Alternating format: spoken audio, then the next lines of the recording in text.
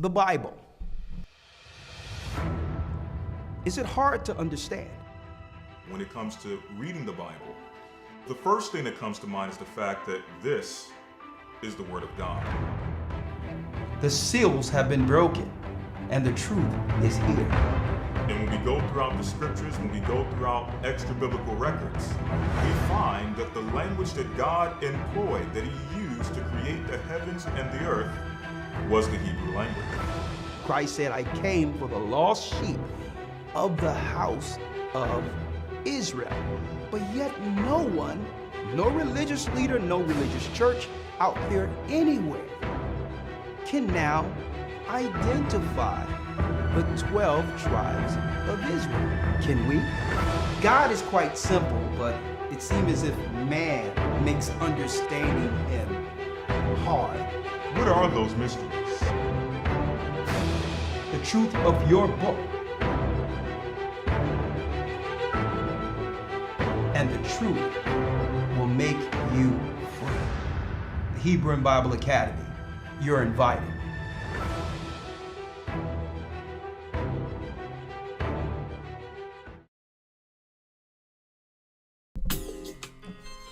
Shalom, shalom. Come on in. Blessings, blessings. Oh. The East is where we're from. Hit the like button. The 12 tribes of Israel. In 721, 721 BC, the Assyrian king, he took us down, we fell. With the great escape we went through the Euphrates. The Lord held the water still. to a land where no mankind To a dwelt. land where no mankind dwelt, we went. The 12 tribes of Israel. That's who we be. That's who we be. Manasseh, the Cubans, Ephraim from Puerto Rico, Naphtali from the Isles of Hawaii. The Lord is calling back Israel. Zebulun from Panama, Gad, the North American Indians, Simeon, the Dominicans, A highest gathering Israel. The Arabs and Africans told us at gunpoint. to gather our wives and children, then sold us. Come on in. In the belly of these great ships we traveled in fear. By the rivers of Babylon we found our brothers here. A higher gather us. In Colombia, Whoa. Reuben from Australia, Issachar, the Mexican. Come on, come on. The Negroes, Benjamin, the West Indians, Levi, the Haitians. A highest gathering Israel. Oh. Come on. Blessings, blessings, brothers and sisters. We're the elders of the Gathering of Christ Church here with a special guest. That's right, the Levi Experience. Deacon Hazak, how you doing, my brother? I'm blessed. All right. Do we have a broadcast for you tonight? Elder Lawyer, what's happening? Sir, Shalom. Yeah, Shalom. we have Lionel kicking it in the background. He saved the show by bringing my computer here, an undisclosed location. Feast of Tabernacles, where we're camping out throughout the four corners of the earth. We would also like to shout out you brothers and sisters, hit the like button as you come on in. And we want to shout out all the leaders, the members, the men and women of the Gathering of Christ Church who are out there in the wild with their tents, with their booths, with their RVs, gathering during the time of the Feast of Tabernacles. And yes, I know a lot of you on the campground wondering, where did Elder Ricard Shaw and Elder Lord, where did they sneak out to? Well, we need to be in a controlled environment. Why? Because there's so many brothers and sisters throughout the earth who didn't get a chance yet to gather, baptize amongst the body, who would like to what? who would like to participate in the spirit of this church during this high holy week. And we would be amiss if we just left our brothers and sisters out who are in remote areas that don't have any place to gather, who hang on to their seats every Wednesday to get inspired through the truth that comes through this particular church every Wednesday. Right? So you're here for us, we're here for you, and yes, we got a broadcast tonight for you. Now, of course, we're in the sticks, so we can't be here all night. And I'm serious about that this time. Right? But we're going to have more so an interactive type of conversational class tonight.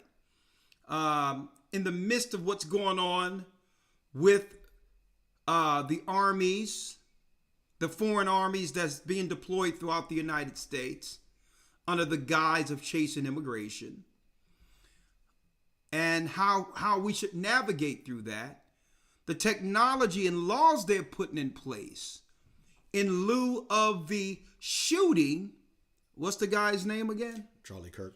The Charlie Kirk shooting, which I don't know where you've been, but you think it's a coincidence that every time you open up your computer on any social program, whether it be YouTube, whatever the case is, something about Charlie Kirk comes up in your initial feed?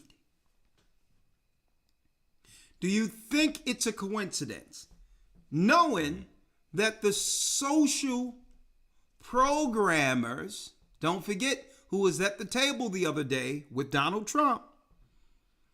You had Zuckerberg, you had Bill Gates, you had all these others at the table, the tech guy, the guy that's behind AI.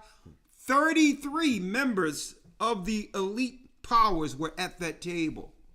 And all of a sudden, right out of that conversation, boom, something happens where the algorithm is driving us to this particular story. What's his name again? Charlie Kirk. And I'm going to keep asking you that. Right? I'm going to keep asking you that. You know why? Because they want us to look that way. We know. Come on, man. Still good. Right? AI must be doing something. Put it on the white. Lord have mercy. Out of nowhere, my white background, my white light turned into a disco. A disco ball almost fell down over here. Now, AI messing with us. Brothers and sisters, we understand that these social media platforms drives off of algorithms. What is an algorithm? Think about this, brothers and sisters. Do you notice what we normally see on a regular basis when we go to our social platforms, when we go to look for information? Usually the algorithm suggests what we're used to looking at without exposing us to any outside information that could actually advance our broader view. Right? That means they use an algorithm to keep us in a bubble. See?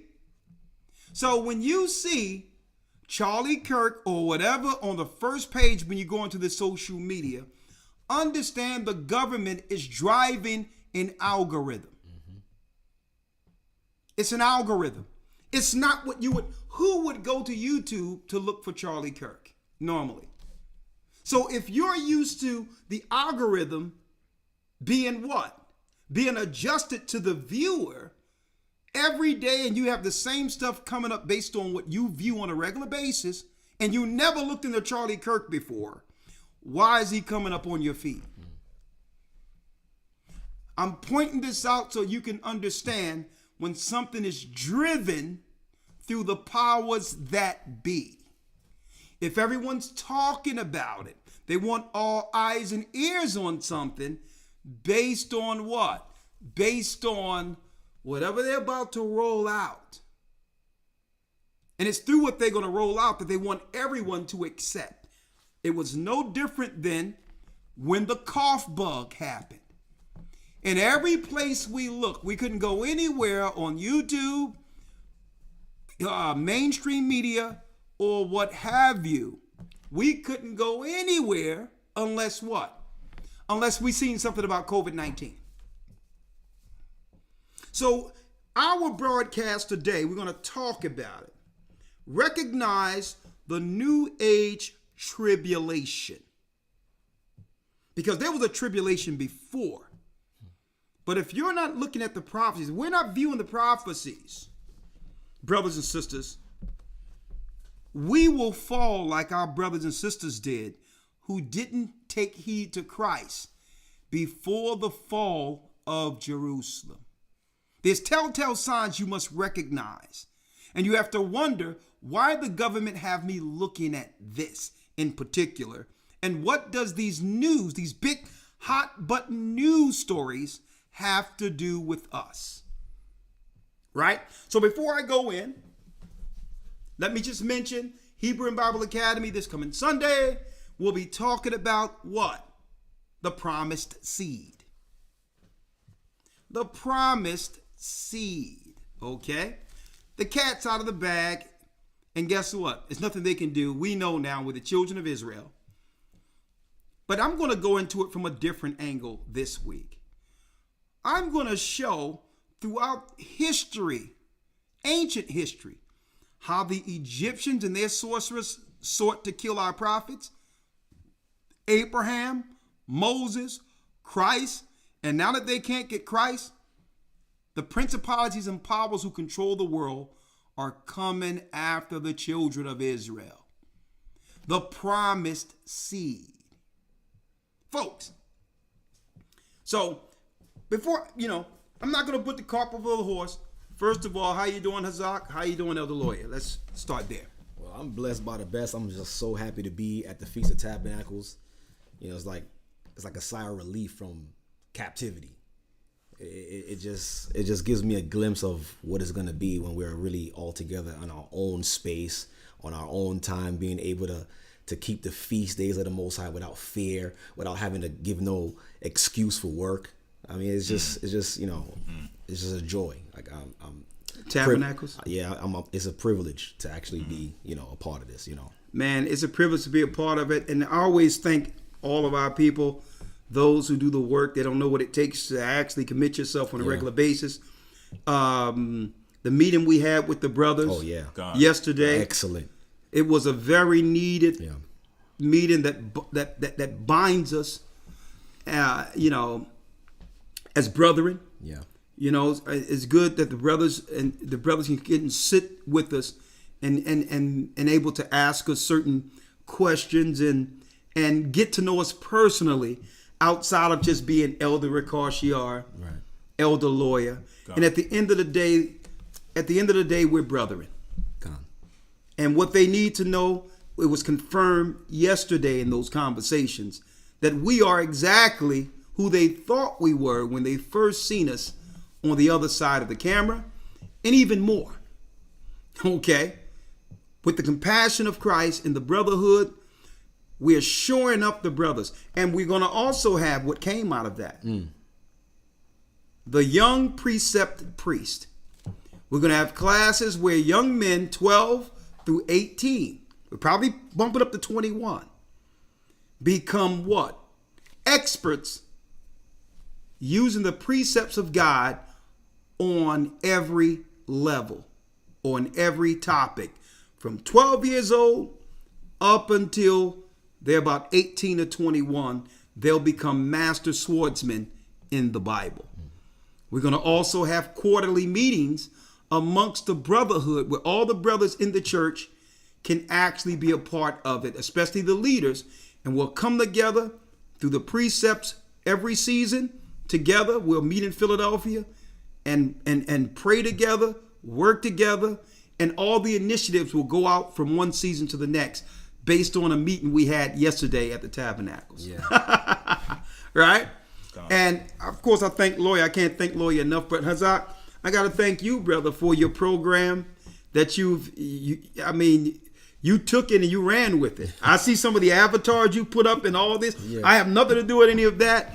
The Levi experience have been a blessing to this church. I wanted to tell you that. Well, all praise be to the Most High. I'm just a vessel just like everybody else. And, I want to use my influence and that platform to reach a lot of people as we can, especially the youth, the younger people. Yeah. Right. I would be remiss if I don't mention my other brothers who helped me with the Young Men for Christ series that we got together. Okay. Deacon Zachariah and also Officer Yaquar, the young man who asked you about the men's meeting. Yeah. So these brothers, man, they helped me and they pushed me. And, just want to give all praise to the Most High for this opportunity to reach souls, because that's what we're here for. Okay, well, let's jump right in now. Right? Let's do it. Let's jump right in. Everybody and their mother has an opinion on this Charlie Kirk situation. Right? Number one, I've heard of him in the past. He was nobody that I would actually listen to. Right? But his death will have a significant impact on how the people in this earth that are easily moved by media, it will have a profound impact on how, I'm going to put it straight out, how ignorant white people will engage blacks going forward. Even though we had nothing to do with whatever happened with him, brothers and sisters are going to have to be on their P's and Q's and understand we're living in a different time now where they're using all of these events to cause or to develop an invisible segregation where everyone is taking their side before engagement. Right? The Bible states there's nothing new under the sun. You're still in the workforce, right? Yeah. What's going on with the conversations concerning what's happening in the earth, like this Charlie Kirk scenario? Well, a lot of people are speculating. What are they thinking? As far as the Charlie Kirk situation? Or Yeah, what's happening just in the Charlie earth? Kirk. Well, and then you can go into the earth in general. All right, well, there's some people who are starting to realize that it may not be what they're painting it to be. A lot of people are saying, or coming to me, or we're having conversations and are, looking at it from another lens. And a lot of people are starting to just be aware of, the stage that is set. The before us. propagandized side Yes, of it. Exactly. So, and not only that, even when you look on social media, now because of technology, people can go in and actually dissect videos now and start to see, a lot of, things that may not be or may be. Interesting. And you know what?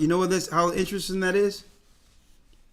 Our people used to fall for anything easily. Yeah. Right. Right? Gone. They used to be able to fall for anything easily. Yep.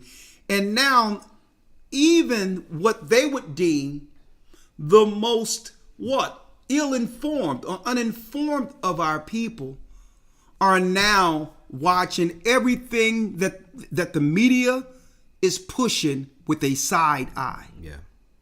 I'm noticing that we're not easily provoked into believing things like we used to. Mm-hmm.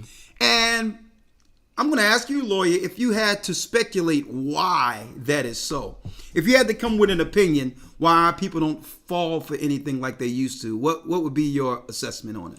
Well, I think it's multiple things. I think it's number one, the fact that we've seen the same playbook over and over again. Yeah. They very little do they variate from the same exact process. And we've seen it time and time again, from whether you want to go centuries back, millennia back, you want to go a few decades back or a few years back. Yeah. You see certain elements that are at play that are in every single event that takes place. Mm-hmm. I think secondly, like Deacon Hazak was stating, when you're talking about the advent of social media, yeah, it makes it to where everybody at their own pace can go back and watch and examine, whereas before you just had the regular old media and you could only dissect information as it was being put or placed or broadcast on the TV. Right. Now you got the luxury to go back and view things yourself at your own pace. You get to examine narratives and things of that nature to come to a conclusion for yourself as to what's going on. That's a very great point. And personally, I look at what the Most High is doing, and I'm asking y'all from the workforce perspective, because you're out there. We always have opinion and talk these things out, and I wanted them to hear where our mind's at with this. Right. But as far as I'm concerned, I deal with things according to the Most High. I'm Bennett, and I'm not in it. Okay? Because no one wants to put an emphasis on what are we going to do about this white on white crime. Right. Every time something happens with our people, oh man, we gotta roll out the army. We gotta do this. We gotta bring in the military. Or we gotta be tough on crime. But folks, what children are we raising if we believe the narrative they're claiming? Look at the children they're raising. Right? Usually, if there's an altercation that leads to violence, and it should never be that. Right? If there's an altercation that leads to violence, usually it's somebody violating another person's space, or a drug deal went bad. Somebody violated another person. If you're dealing with illegal things, of course you cannot call the cops to bring justice. So what they call black on black crime is usually street justice. I'm not behind it. I don't stand for it, but I've seen it growing up in North Philadelphia, where people aren't just willy-nilly killing people black on black crime. Usually there's a justification of someone violating in a place they should not have violated. Right. But what type of children that you'll raise? Well, they'll grow up and they'll think about shooting people up. That will think to go, there's no household I've ever seen where someone will raise a young boy to grow up and want to shoot up a school. Yeah. Or shoot up a church. If you believe the narratives. There's no place ever grew up where a child will grow up and he'll go to high school, then college, and want everyone to buy into the fact that he's a furry. People ask, well, what is a furry? Folks, you got grown men and women going to college dressed up and believe they're cats and dogs. These are white children. Okay? So if anything, I believe our people are realizing that all the negatives that they've been putting on the children of Israel for years was to distract us from the crazies that they've been raising for an eternity. They've always been dealing with some weird scenarios, and to deflect, they've been blaming us for all that's wrong in the world. And for the first time since I've seen it, our people is folding their hands and stating, Bennett, we're not in it. And now that we're stepping to the side by ourselves, watching it from the outside in, we're starting to see how crazy these people are. I'm going to tell you, we're starting to see their marches and protests because we were really a cover for the crazies who were really behind all of the protests that no one's seen. Right? Because everything that happened when we went out to march and protest, it was justified. But we were covering the nut jobs who was using our true issues as political fodder against us. And our people is like, listen, we're marching, we're doing this, and all these white lesbians and white gay men are benefiting from our oppression. We're going to sit this out. And I think the one thing above all was what? Obama turned on the lights for every black person. who once trusted in this system or thought there was any hope. Once Barack Obama did what he did and totally betrayed the blacks in America, that was the beginning of the end of the Democrat Party that made our people realize if we can't trust someone who looks like us, we can't trust anybody. And then at that point, we started looking at everything suspect. Right? But guess what?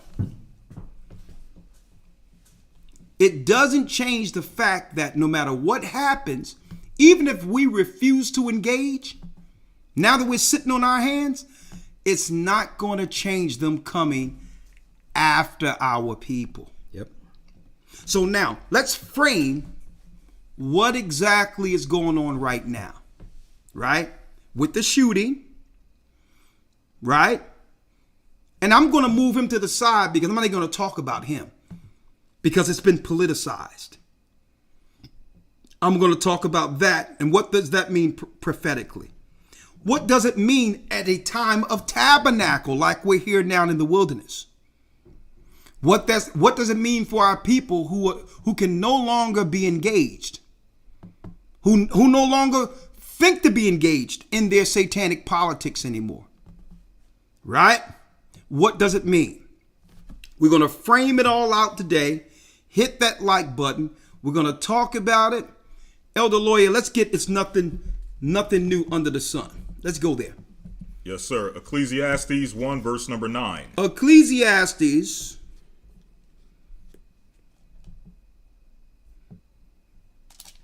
1 verse 9. And you, anytime y'all have anything that, if a thought come in, you can jump in at any time, okay? Yes, sir. All right. Ecclesiastes 1 verse 9. Yes, sir. The thing that have been, it is that which shall be. The thing that have been, brothers and sisters, it is that which shall be. Read. And that which is done is that which shall be done. And that which is done is that which shall be done. Read. And there is no new thing under the sun. There's no new thing under the sun. So let's examine the political paradigm based on the wisdom that was given us through Scripture. If the things that have been shall be, and that which shall be done, that was done shall be done, and there's nothing new under the sun, well, what is our God telling us? What is Christ showing us? That there's patterns. Esau, being led through Satan, will pull out the same tricks over and over and over again. So we don't have to get caught up into all of their stories. We just have to know prophetically, according to God, what is their end game? What are they trying to draw us into? Right? And how will they politically manipulate our minds to have us engage? They'll deal with the same tricks over and over again. Because Esau is the smallest among the nations, because he's the smallest race, his greatest power is what? Psychological warfare.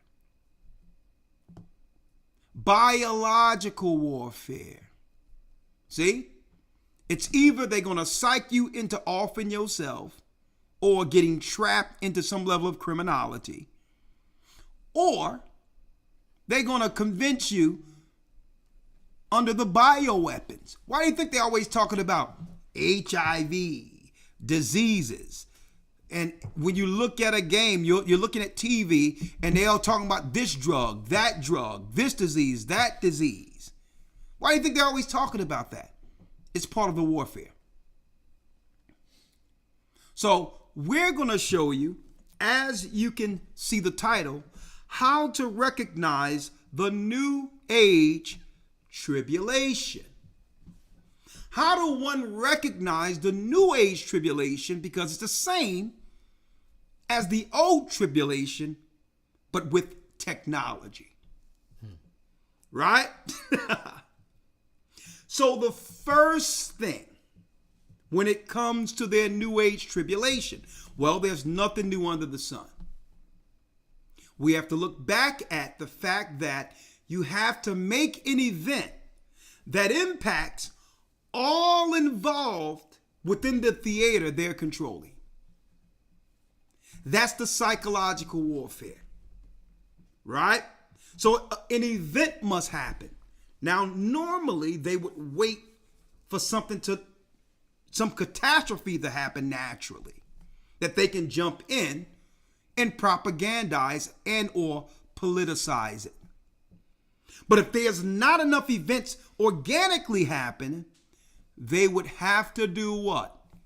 Engineer the propaganda.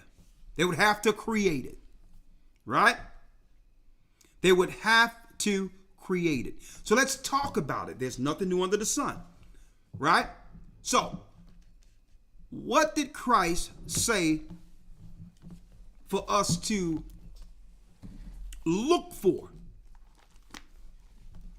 according to the tribulation? Elder Lawyer, if you can, let's go to Luke. Yes, sir. Check it out. Check it out now. First of all, there must be an event that captures what? The marb. For those who don't know what the marb was the Colosseum of Rome, where all of the people came out to the games. Well, during the games, Caesar would report the warfare, the enemies, all of that as a psychological play on the population who will take that news back into their respective villages. And through whatever they said at the marb, they would be able to control all of Rome. Right? So now you must have a serious event. So at least the news will know that everyone is listening and looking. Usually that's the only reason for the initial shock event. Nothing more than getting the attention of busy people to talk about the same thing and conversate about the event. That's the initial shock when it comes to the psychological warfare for propaganda. What can we do to have everyone stop in the world to see this and hear this so that we can have the world's attention? It happened September 11th, 9/11. Right? Remember? Charlie Kirk. September 10th. Trumpet Month. Right? Pearl Harbor. Right? The attack on Pearl Harbor. Everyone talked about it. The Gulf of Tonkin that got us in the Vietnam War. That now they admit was an Israeli ship posing as an enemy ship to move them into the war as propaganda. Look up the Gulf of Tonkin. So it must be an event initially that will have everyone talking so that our sentiments and spirit gets behind. Hold on. 1 second. 1 second. That gets behind the propaganda. Right? Hold on. Stick with me. Stick with me.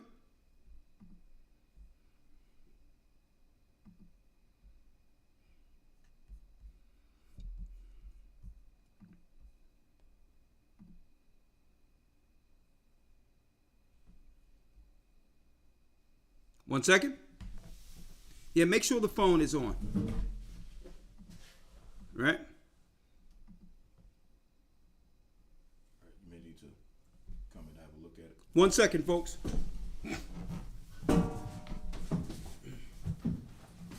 One second.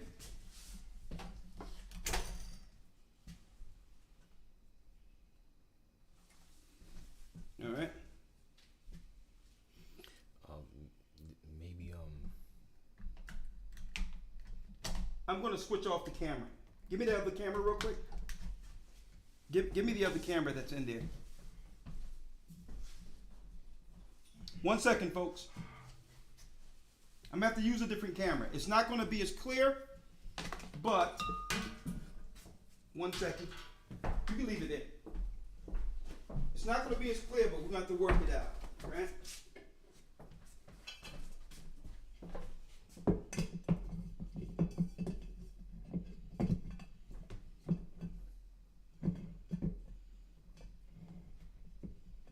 Second, because my phone is giving us problems, so we have to get out of that one.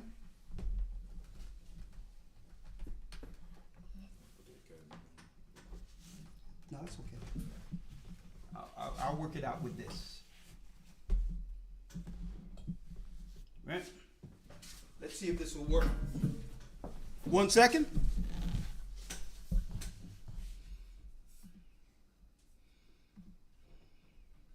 Yep, I'm gonna use this camera. You can sit down, Lloyd. Right, we'll do this. Yep, we'll use this camera here. Right. We have broadcast all around the world, so we had to make more makeshift studios than you can think about. Right. Where there's a will, there's a way. Right. Yeah. Hope they can see. All right, other lawyer, if you could just get in a little closer here. Right? Right? That'll work. This will work. You want to bring that light? Oh, no. This will work. This will work. Stay there, lawyer. As long as I have you both in. Okay. Well, we're a little bit on the chocolate side, but it's still gonna work. Here it is. There it is. Come on in a little bit more, lawyer. Right? It seems like this thing, every time I move, it moves. Right? 1 second.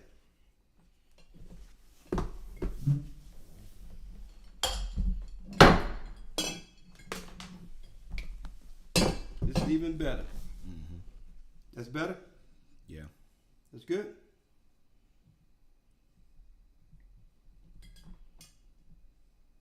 That's good? Just a little bit too much on my side. That's good right there. Yep. Oh. That's good? Let me know, lawyer. That's good. That's good. That's good? Yeah. All right, we good. All right. We're a little bit on the chocolate side, but it's about the scriptures that's about to come out. It's all good. We're coming from an undisclosed location, straight out of Israel. Yeah. Yeah, they don't like when we tell them that Christ was chocolate. Huh? As soon as they found out Christ was a black man, they started shooting up schools and everything else. Told you don't lie to y'all children. So we're going to talk about it, right? So where are we? Well, there's nothing new under the sun. What has been shall be, right? So how do we recognize the new age tribulation, right? They're over there cracking up, right? Elder lawyer, if you would, let's go back to Christ now, right? Let's go there. Yes, sir. St. Luke 21:20. St. Luke 21. That's right. Christ was black unto the ground. Right? I see someone sent me some videos where the so-called satanic Jesuit apologetics all up in our business trying to say that Deuteronomy 28 isn't talking about the slave ships, right? And I'm like, this how simple these guys are. You got enough of our people who never understood, who never even looked into Deuteronomy, the 28th chapter.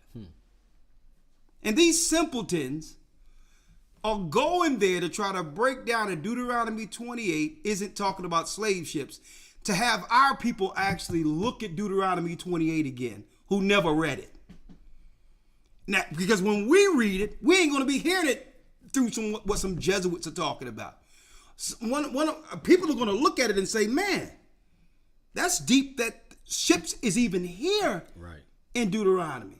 So these simpletons don't even know that they're actually guiding our people back to understanding that they're Israelites. And this is what happens when you mind our business.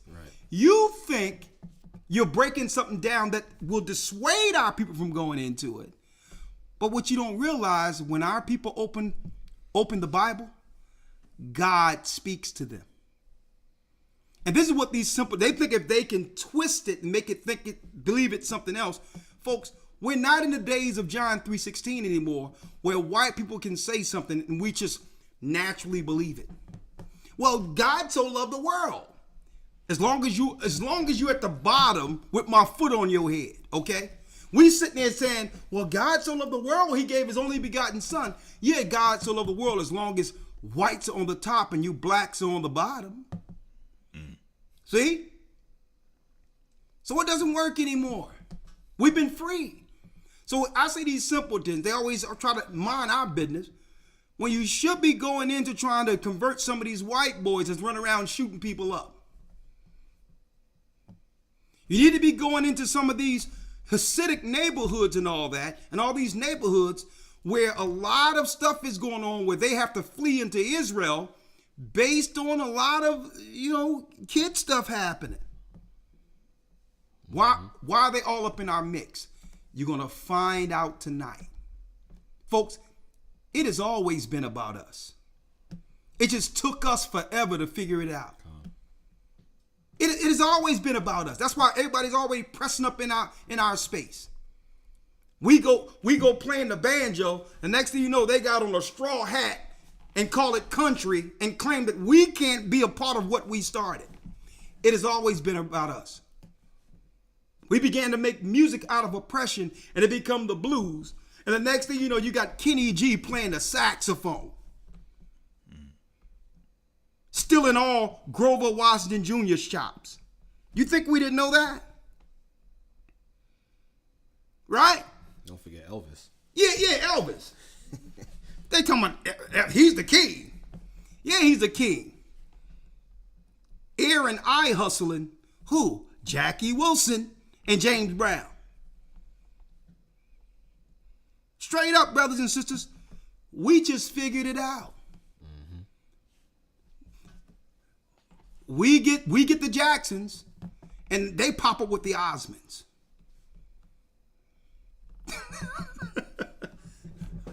Are you kidding me? It's always been about us, folks. And now, since we realize what the Most High blessed us with, and by default is now seeking to operate on our own with our God, the powers that be have lost control over God's people, and they know it. So they're like, listen, Esau is a madman. They're like, if we can't rule, we'll just blow the whole thing up. We'll just take everything apart. That's what you're seeing under Marxism right now, right? Yeah. If we can't voluntarily rule over God's people, we'll rather make it where there's no earth left for God's son to return back to. We'd rather make every boy believe he's a girl, every girl believe he's a boy. We burn stuff up. They found some nut job a couple of weeks ago. This white hippie burning stuff up in California. They're losing control, folks. So now, here's the telltale signs to break down and understand and recognize the New Age tribulation. And you know what? And it's deep because we thought these people for a long time were smarter than us. See, that's that psychology they used to utilize. We thought they had something, that they were gifted beyond any other people. And we even thought that they were better than us. Right? But now the veil has fallen off our eyes. And God have done this. Christ have done this. Now, it's not to boast, because why? Now that the scale has come off our eyes and we see who they are, they're like, well, okay, Jacob, welcome to the fight. Let's see if your God gets you through what we're about to do to you. And our God will. But we must be wise as serpents and harmless as doves. And in order to navigate through this, you want to hear what we are about to talk about right now. Recognize the New Age tribulation. Elder Lawyer, if you will, let's read. What did Christ warn us about? Yes, sir. St. Luke 21, verse number 20. Read it. And when ye shall see Jerusalem compassed with armies, then know that the desolation thereof is nigh. Then know that what? The desolation thereof is nigh. The desolation is nigh.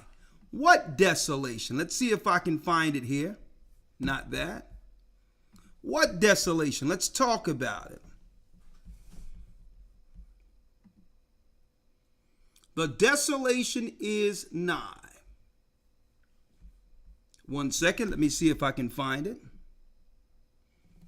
Right here. The desolation is nigh. Read.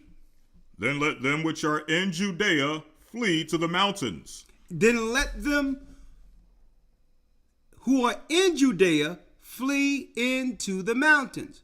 So when it says the desolation is nigh, what was Christ talking about? What was he talking about? Esau, as the Romans, coming up against Jerusalem. Now we have to understand the geopolitical scenario for this prophetically, because armies are involved. Let's read the part about armies, Elder Lawyer. Yes, sir. And when you shall see Jerusalem compassed with armies. Verse 20. Verse 20. When you shall see what? Jerusalem compassed with armies. Compassed with armies. Where what? They start making what? Political reason for armies to occupy where Jerusalem lives. Well, it so happens, brothers and sisters, we are Jerusalem. Right? So don't go for that we're here to find immigrants type of deal. Esau will never engage us with straight engaging us. They'll make us believe, just like everything else, that it was they was there for some other reason. Right? Like, for instance, weapons of mass destruction. Let me go over and find bin Laden. But instead of finding bin Laden, let me get rid of the Libyan king or president. See? Let me get rid of the Iraqi president. See? But he told us, well, it was bin Laden. See? They did it with the Mujahideen. They've done it with Hamas. So when it says Jerusalem compassed with armies, understand God's people are always the target. We are Jerusalem. Right? When you shall see what? Jerusalem compassed with armies, then know that the desolation thereof is nigh. Know that the desolation is near. And eventually, you would have to do what? Eventually. Here are the signs. Read.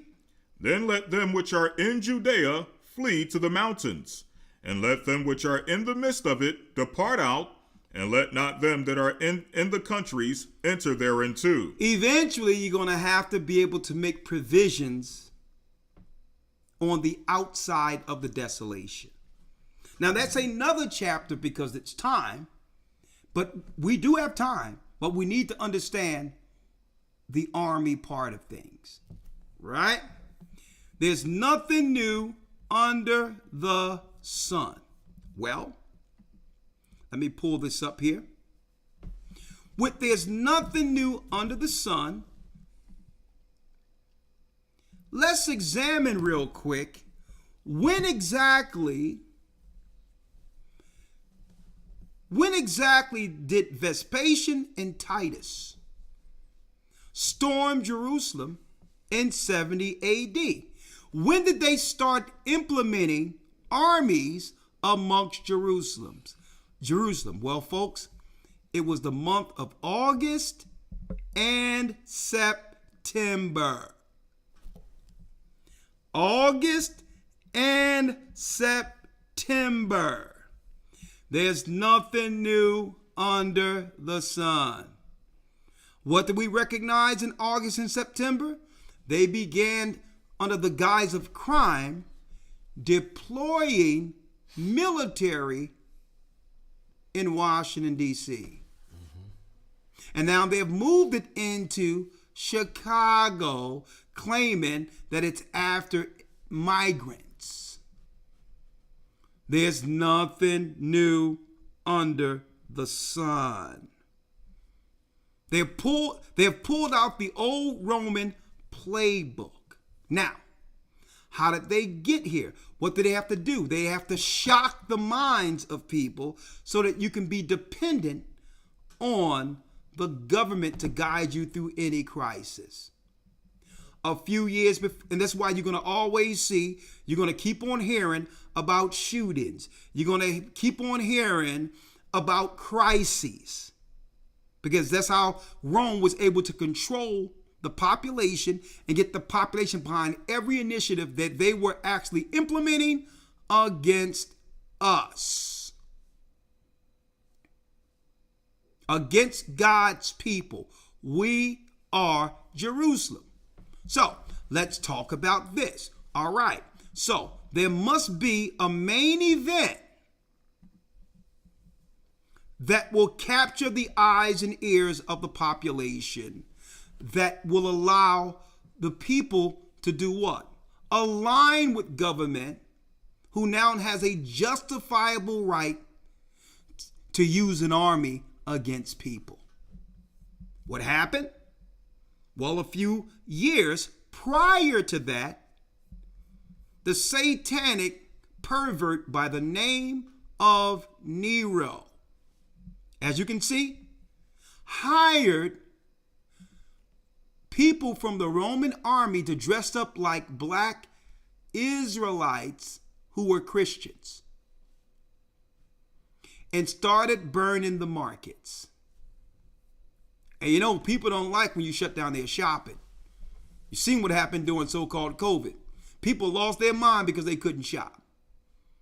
And they would do anything the government said just to open things back up again. Mm-hmm. So Nero knew exactly how to what? Galvanize the people with government by blaming the Christians who once followed Christ for burning their markets. Right? This pervert here. Right? He was a straight perv. Nero. And guess what? We were innocent people. We did nothing to these people. And they're thinking in government, how can we make a pretext to engage these innocent people who have never done anything against us? Mm-hmm.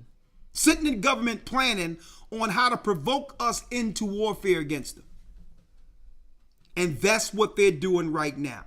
When this fire happened, automatically our people became what? Public enemy number one through an event that everyone began to talk about. Right? So then it leads us to, when we look at the shooting that just happened September 10th. Everyone is talking about it. It's on your algorithm and everything, even though a lot of us didn't know who this guy was before they started talking about him on every news program. Mm-hmm. Right. So if it's on every news program, we have to do what? We have to relate that to this. We have to relate it to what we see here. Right? We have to relate it to what we see here. It's an event that what? Will be propagandized to come against Jerusalem. Right?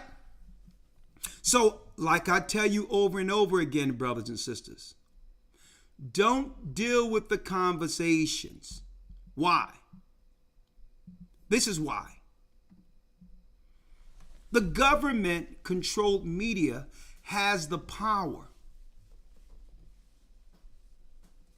They have the power to control what we listen to or see.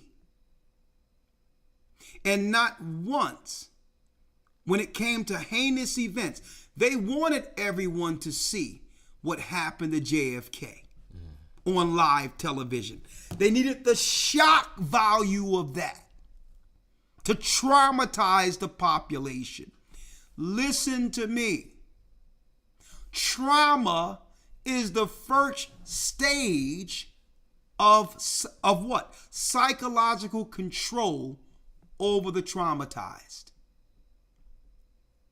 They could have easily, during the time of JFK, made sure that no one on any news feed could play that heinous death. But they wanted to shock and traumatize the population. Why? Because when you see someone harmed in plain sight, and if you're human, everything is internalized to a degree where you would start thinking, this could have happened to any of us. None of us are safe if it can happen to him. Mm-hmm. See that? I was saying that the other day. Right? I had a conversation with one of the brothers in the church, and I was saying they had to do it that way to show that, like, they don't really care about skin. It's about complete control. They don't care about the skin color. It's about the control of the masses. And I told them, like, the day you could see them do that to one of them, their own, who are we? That's what it is. And that's how we need to look at it. Right. Because at a time where they're stoking racial tensions, right? Understand this. And everyone feels vulnerable. And this is the intentions of allowing everyone to see something that's so traumatic. Because now everybody, even if you're not invested in it, you're talking about a person who you didn't even think about the day before. Right. Now that we got the eyes and ears, like during COVID now, everybody's locked in the house and they must hear and see the feed or the algorithm. Now we can get the people into the government solution for the problem. Right? So again, when there's any propaganda, nothing new under the sun, we look at history. We look at prophecy. And then we'll know exactly what they'll do next. Now, some of you are not in this academy. That's okay. You should get into it though. But I'll tell you this. This is what I said before I knew anything after the shooting. I said this. In the academy this Sunday, I said, these are the telltale signs we are to look for outside of, what's his name? Charlie Kirk. Charlie Kirk. Charlie Kirk aside, this is what you need to look into. You need to look into them claiming that he was radicalized through social media.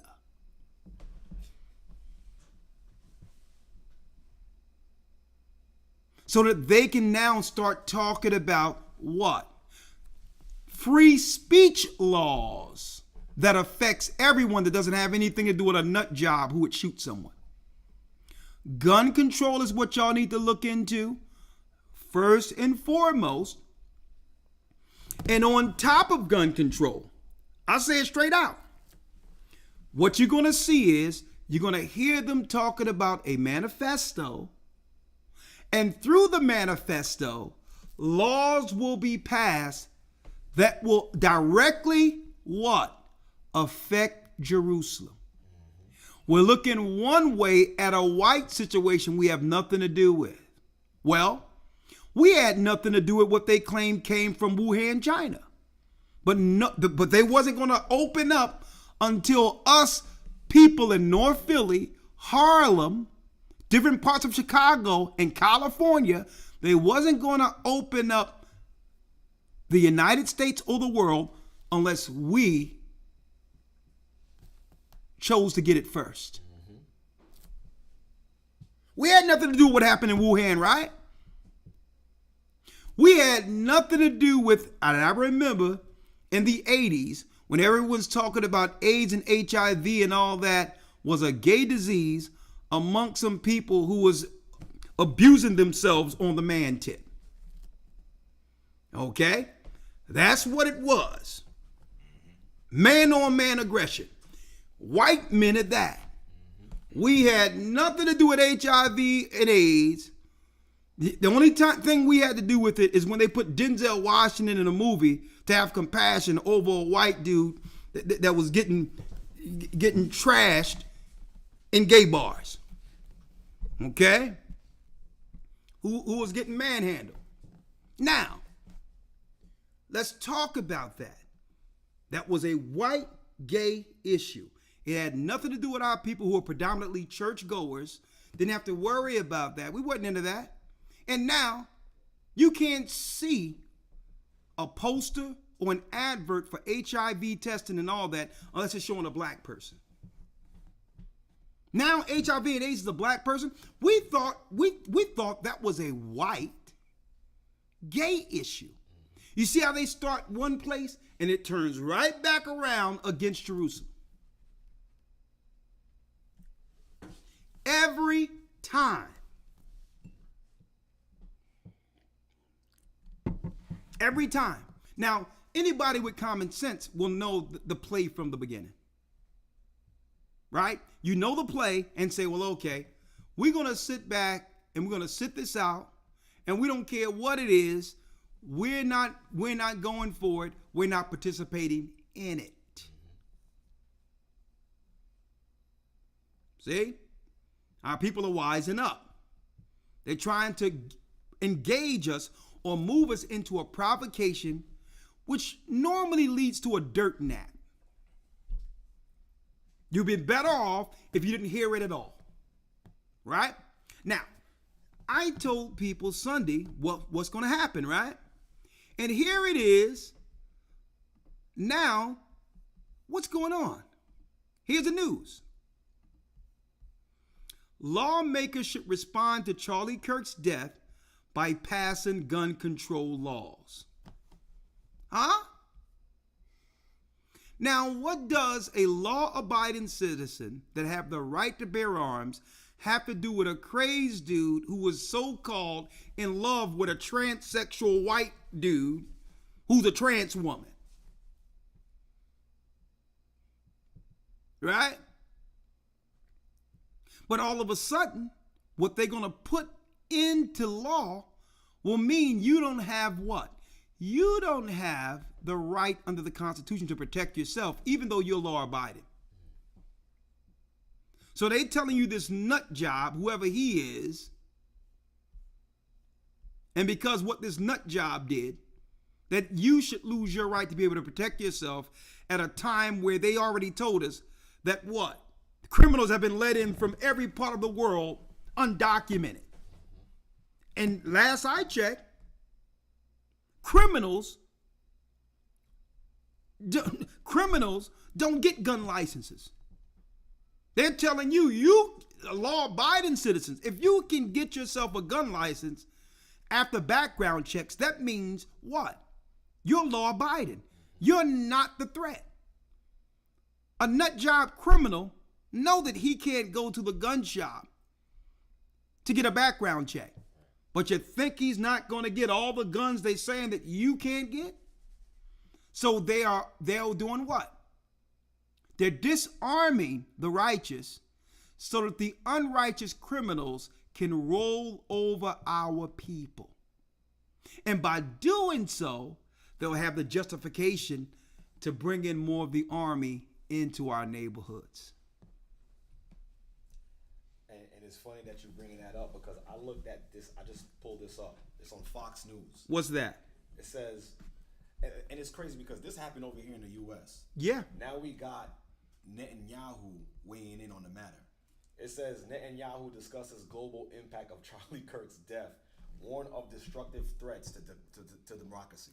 Destructive threats to democracy. So now they got people who have nothing to do with the United States weighing in on our, the democracy here in the United States. Yeah.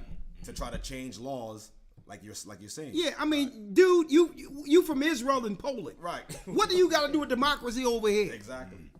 And he tweeted something about the situation. Like, how do you know about Charlie Kirk? Like, were you guys friends or something? Like, Yeah. Right. like, who is this guy? Yeah. But yeah. So now they're coming, and Netanyahu was the one that says that said originally that it's time to go into Iraq. Right. Right? So let's talk about this real quick. He warned of destructive threats to democracy. Folks, there is a threat to democracy, but they'll never tell you what it is. The threat to democracy, brothers and sisters, is the fact that our people aren't engaged in it like we used to. Right. As long as we were engaged under the Democratic Party that was showing the world we were still under the control of the liberal taskmasters who get paid to keep us on the bottom. So it unevens the scale if we don't play in to being what? The service slaves this whole economy was built on. The threat to democracy is the fact that we're not participating like we used to. That's the threat to democracy. Right.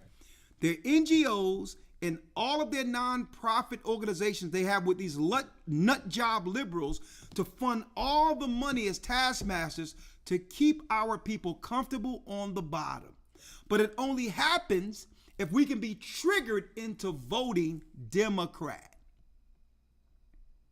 When we sat out and didn't deal with Kamala Harris from India, okay, that showed everyone that they can no longer use taskmasters to control the children of Israel here, which is what? It's tipping the scales of democracy to where there's only one side of government now.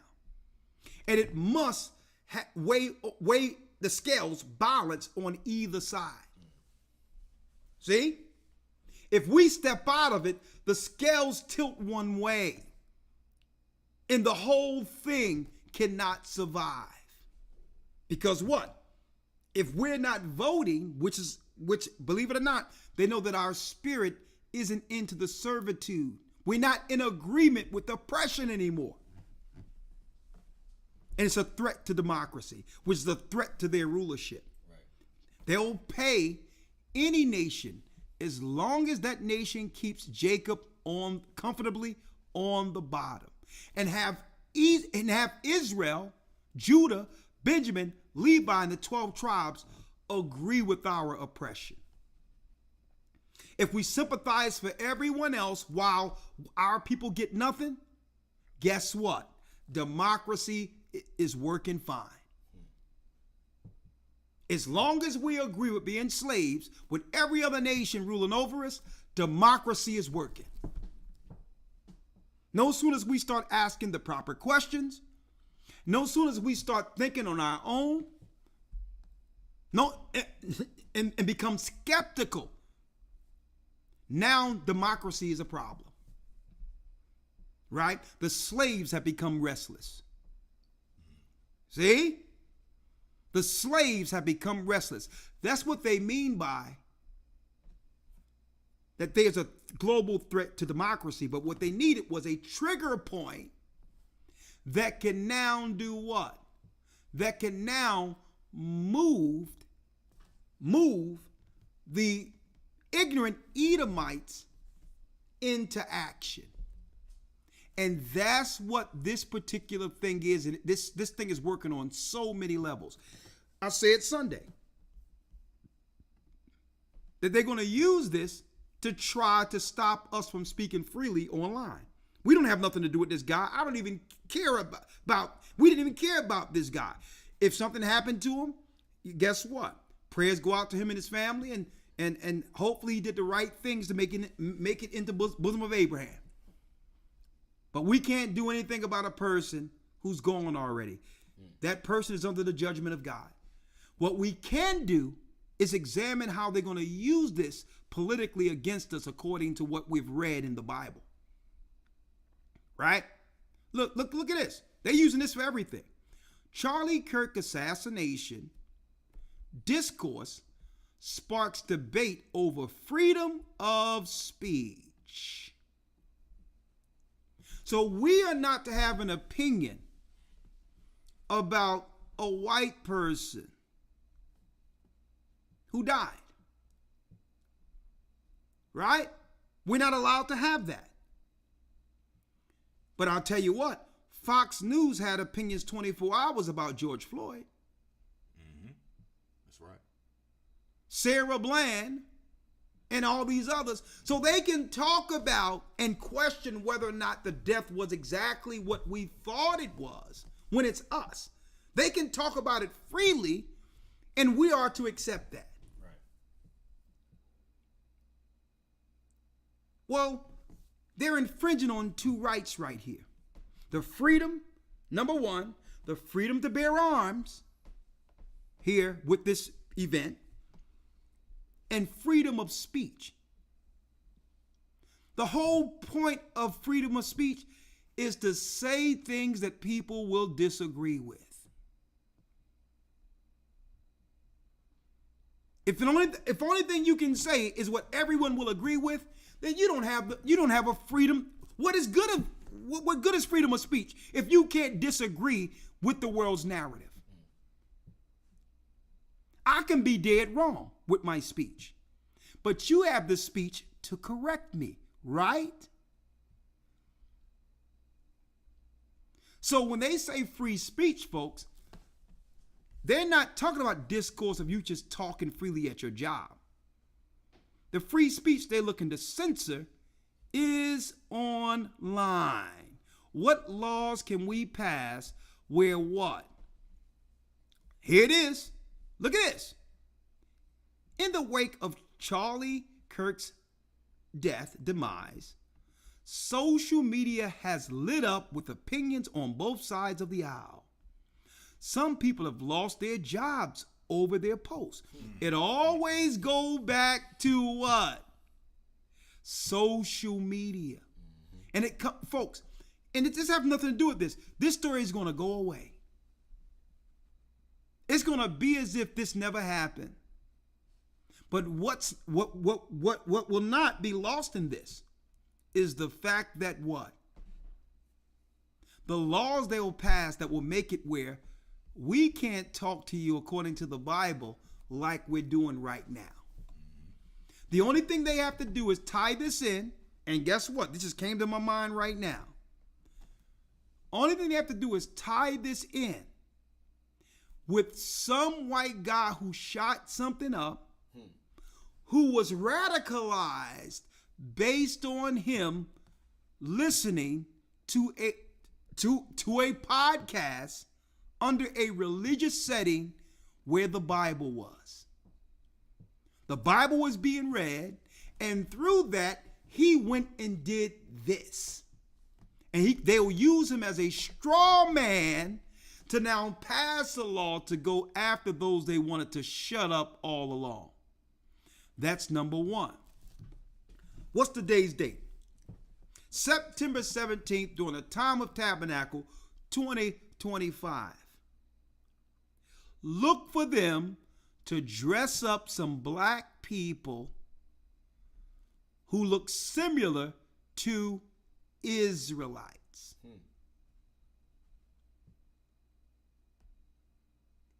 Look for them to do this. Now, I'll tell you right now, it's going to be a false flag. It's not going to be Israelites doing anything. They're going to get somebody that's probably from the Sudan or a black Arab or somebody over there who they gave what? Free entry into the United States to act out as if Israelites did something.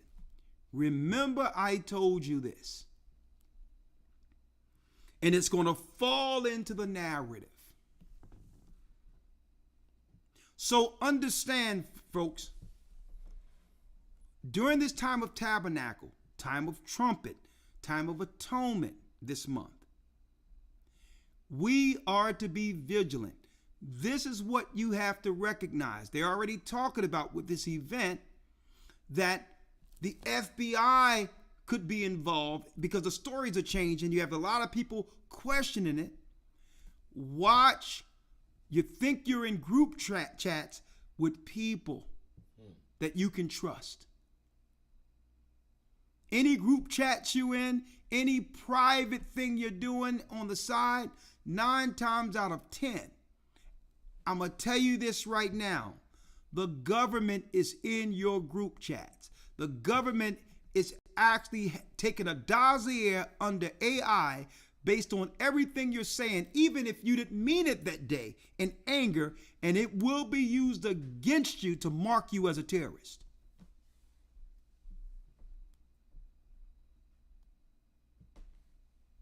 Jerusalem is the target. So people get in these little groups. Guess what? There's not a group that the government isn't engaged in when it comes to the online social media. I'm going to tell you right now, there's a lot of outsiders, East Indians and Asians and all of that is being hired and all that to monitor all of that and to cause dissension and division all through that, and it's being documented to come against our people. That's number one. Number two, when these events happen, don't engage in conversation about it. If someone asks you what they think about this Charlie Kirk thing, I think nothing at all. I'm going to clock in. Listen, I got a family to feed. I don't got no time to be feeding into any of this. Don't engage in it. Because what they're trying to do is gauge where your mind is to get you into a provocation.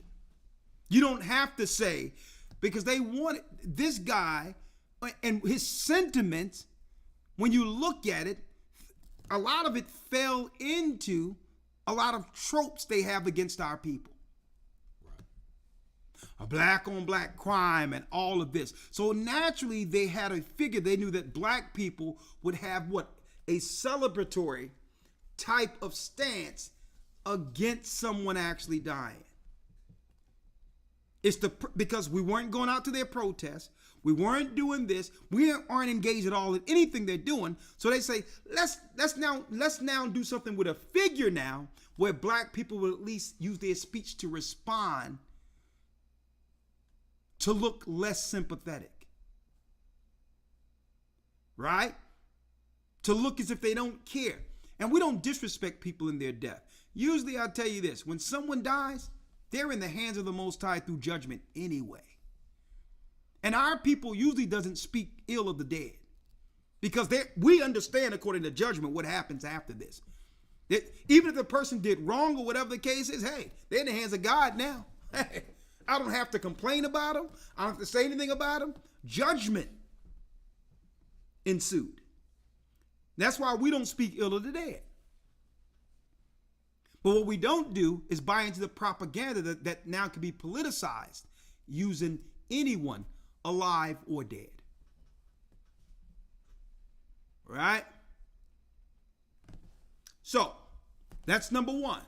Do not engage in conversation about this. Right? Because this is what they want to do now. Let me show you. What came out of this? Automatically, you're going to have someone, eventually, you're going to have someone who, who's going to get triggered emotionally, who believe what the media tells them. Now, because our people are no longer engaged, they are going to do what? They're going to play on the minds of the sensitive, uninformed whites and trigger them to provoke us into something. Hence the reason why there's stories like this. body of a black student is found hanging from a tree in Mississippi one day ago. The death of 21-year-old black student whose body was found hanging from a tree on a university campus in Mississippi has sparked outrage and allegations online after officials said there was no evidence of foul play. No evidence? What? Someone hanging from a noose? So because you always have what? An uninformed, sensitive white person who's looking for a reason to now what? Act out his racism.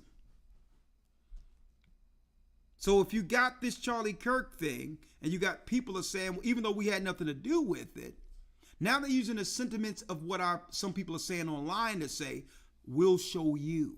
Mm-hmm. Right?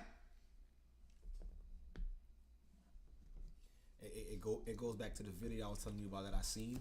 Yeah. With the group of white men saying white men fight back. Yeah. White men fight back. Like, what does the white men having to fight back have to do with us? Right. See, but this is what I would call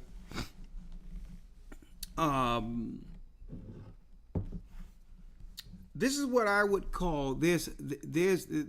a psychotic sociopath type of mentality with some of them. Right? When they say white men fight back,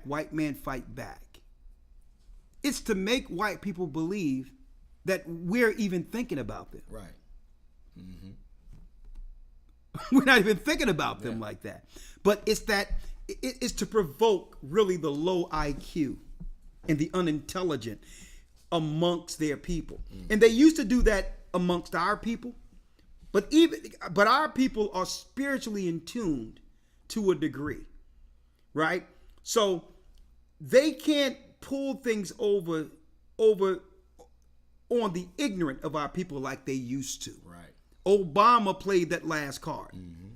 But there's still enough of Edomites who are fed up.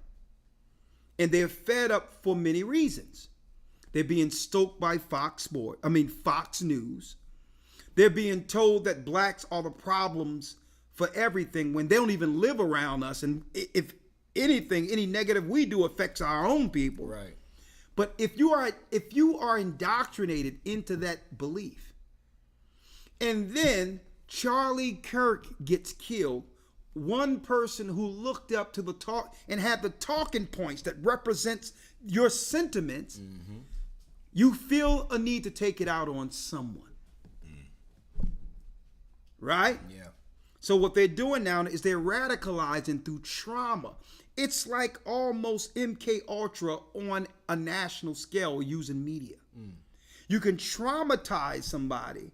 And if someone is traumatized, automatically, it doesn't have to be the person who killed Charlie Kirk. It's who the media program you to think is the enemy. Right. Right? Yeah. Right? That's what they do in military. They take people through all this trauma and all of that, and then while they waterboarding you, while they doing all these things and shocking you, there's a picture of some people that you're gonna have to go against, right? That's being plastered into your psyche, Right. Yeah. right? So you're looking at some an Arab or something that you have to go against, and now in your psyche, it's the picture they got in front of you, responsible for all of the trauma you're going through. So when they let that soldier loose, he's going to have to go after this one enemy he was programmed to believe was the core part of all his issues. It's the same exact thing. It's MK Ultra mind control. Another thing that I also think about when it comes to this as well too is them putting the nations against, like when Christ said, "Nation shall rise against nation." Yeah. When you look at how we are as a people and how they are as a people, we're really like socially and like when it comes in the workforce, we're kind of like fighting the same enemy, but they gotta keep us on two separate sides of the wall. Yeah. So we can never, because like ultimately Keep talking. Satan hates all of us. Yeah. He want all of us out the way. He don't want just want Jacob out the way. He want Jacob, Esau, everybody, because we're all the image of the Most High. Yeah. Right. We're all Adam. Right. So you know, I'm starting to see that they gotta keep the divide, even though the aim is against our people and to make it hard on us, because we're not the type of people to engage. Like you come to our neighborhoods, what we doing? We playing basketball. We're hanging in front of the corner store. We just trying to make ends meet. But, so they gotta keep that racial divide. Yeah, but it's like this, and that's how you know the Most High. It's like this. We have never had a problem really Exactly. with white people. Yeah. We've never had a problem with white people. White people come into our neighborhoods growing up, we would embrace them like they were family. Right. They would come in, your mother, your father, you know what I mean? They'd be like, they would say, hey, you know how it gets at night. Make sure you out of this, these guys get crazy around here. But we always embrace white people. We never really, we never really looked down or hated white people at all. Mm-hmm. Okay, that's just the way we are as a people. We've always embraced anyone who would live amongst our circles. And we were always, even coming out of Egypt, you had the law of strangers. The strangers, that even white people cleave to us. Yeah. Right? But this is what happens. What they do is they stoke racism. And they usually do this, like I said, through the programming and radicalizing. If you keep hearing that this person or these people are bad, these people are criminals, these people are this, that, and the other, through the programming, automatically some of that is going to seep in. Yeah. You understand? So we're not the threat to these people, not the way they're promoting it through the media. But we are a threat. Right? We cannot ignore the threat we are. And this is the threat. It has nothing to do with anything physical. We don't have the military, we don't have the might or the inclination to want to harm any other people. That's not in us to do so. But the threat is what? It's what we will become. Yeah. What the prophecy said will happen eventually, because every nation get an opportunity to rule, and Esau is at the end of his rule. Right? Yeah. The other thing, the problem that they have, the true problem they have with us, outside of prophecy, is that they know, listen to me clearly, and this is where the Satanist comes in at. The Satanists of their people realize that we have the moral high ground. And eventually what happens is even the whites they're trying to radicalize is going to, I'm talking about the ones who can see, is going to stand in righteousness against them. Yeah. Right? So again, what we need to do is understand the rules of engagement according to Christ. Yeah. Right? Number one, do not believe anything you see or hear on the media if you didn't see it with your own eyes in front of your face. That's number one. Don't believe nothing. I didn't know who this Charlie Kirk was, and I seen the algorithm where every time I went to some place I had to look up things so that we can discuss whatever I seen somebody had a perspective on Charlie Kirk. And you know what? I didn't click on near one of those videos. Because if it's not a part of my original algorithm, the government put it there so that I can now step into it and now make that a part of my algorithm by clicking on it. Why am I talking about it? Because I understand the psyop that comes with them, what?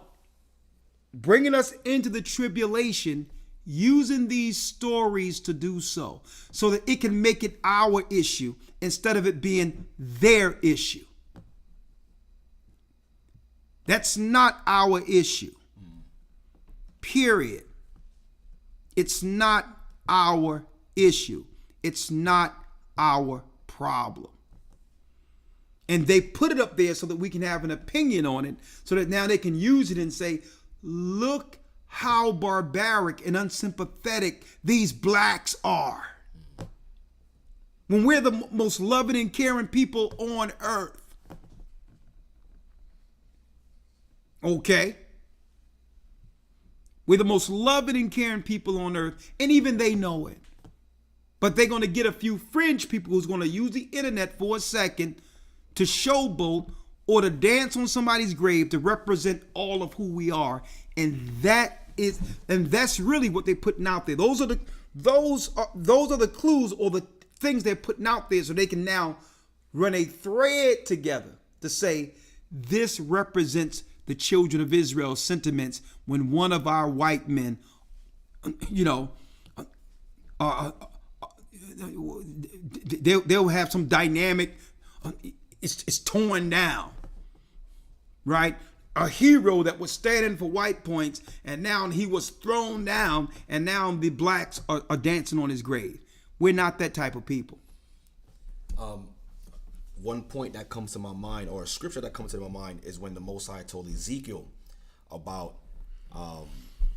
where are thy lovers, and what he's gonna do with those that we used to cleave to. Yeah. Like basically how the Most High is exposing us trying to cleave to their governmental structure. Yeah. Like in politics, yeah, voting and everything. So like when you read, if you don't mind, if I could read this real quick in Ezekiel 16 and 37. Well, let's get it here. I know, lawyer, you holding something too, right? Yes, sir. Well, I'm gonna get what he got, and then I'm gonna bring where you at. Let me get you what you got. I'm at Ezekiel 16, and I'm gonna start at 36. Ezekiel 16, verse 36. All right, let me pull it up. But this is prophecy because the Most High is gonna show our people, like, yo, these people that you've been trying to be or assimilate yourself with, you voting, and you get no change. Yeah.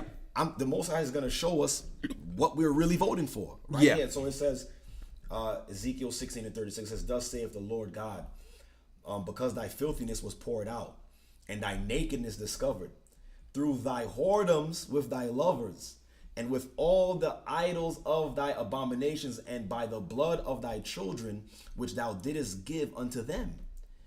Behold, therefore I will gather all thy lovers with whom thou hast taken pleasure, and all them that thou hast loved, with all them that thou hast hated, I will even gather them round about against thee. Mm-hmm. And this is what we're actually seeing. They're basically stirring up or drawing up what the Most High already said is going to happen. We're seeing the beginning of them actually coming after us. Because like we said, we're not even those kind of people.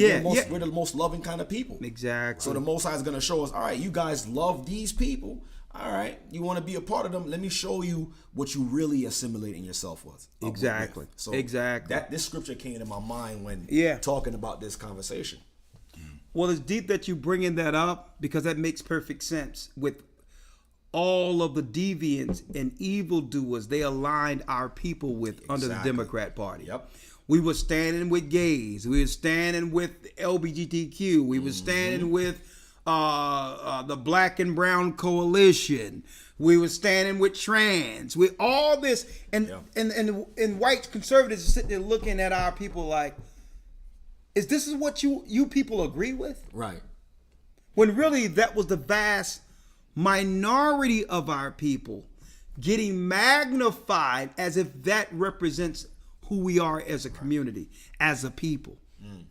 So it says, since you're not publicly separating yourself from this wickedness, guess what?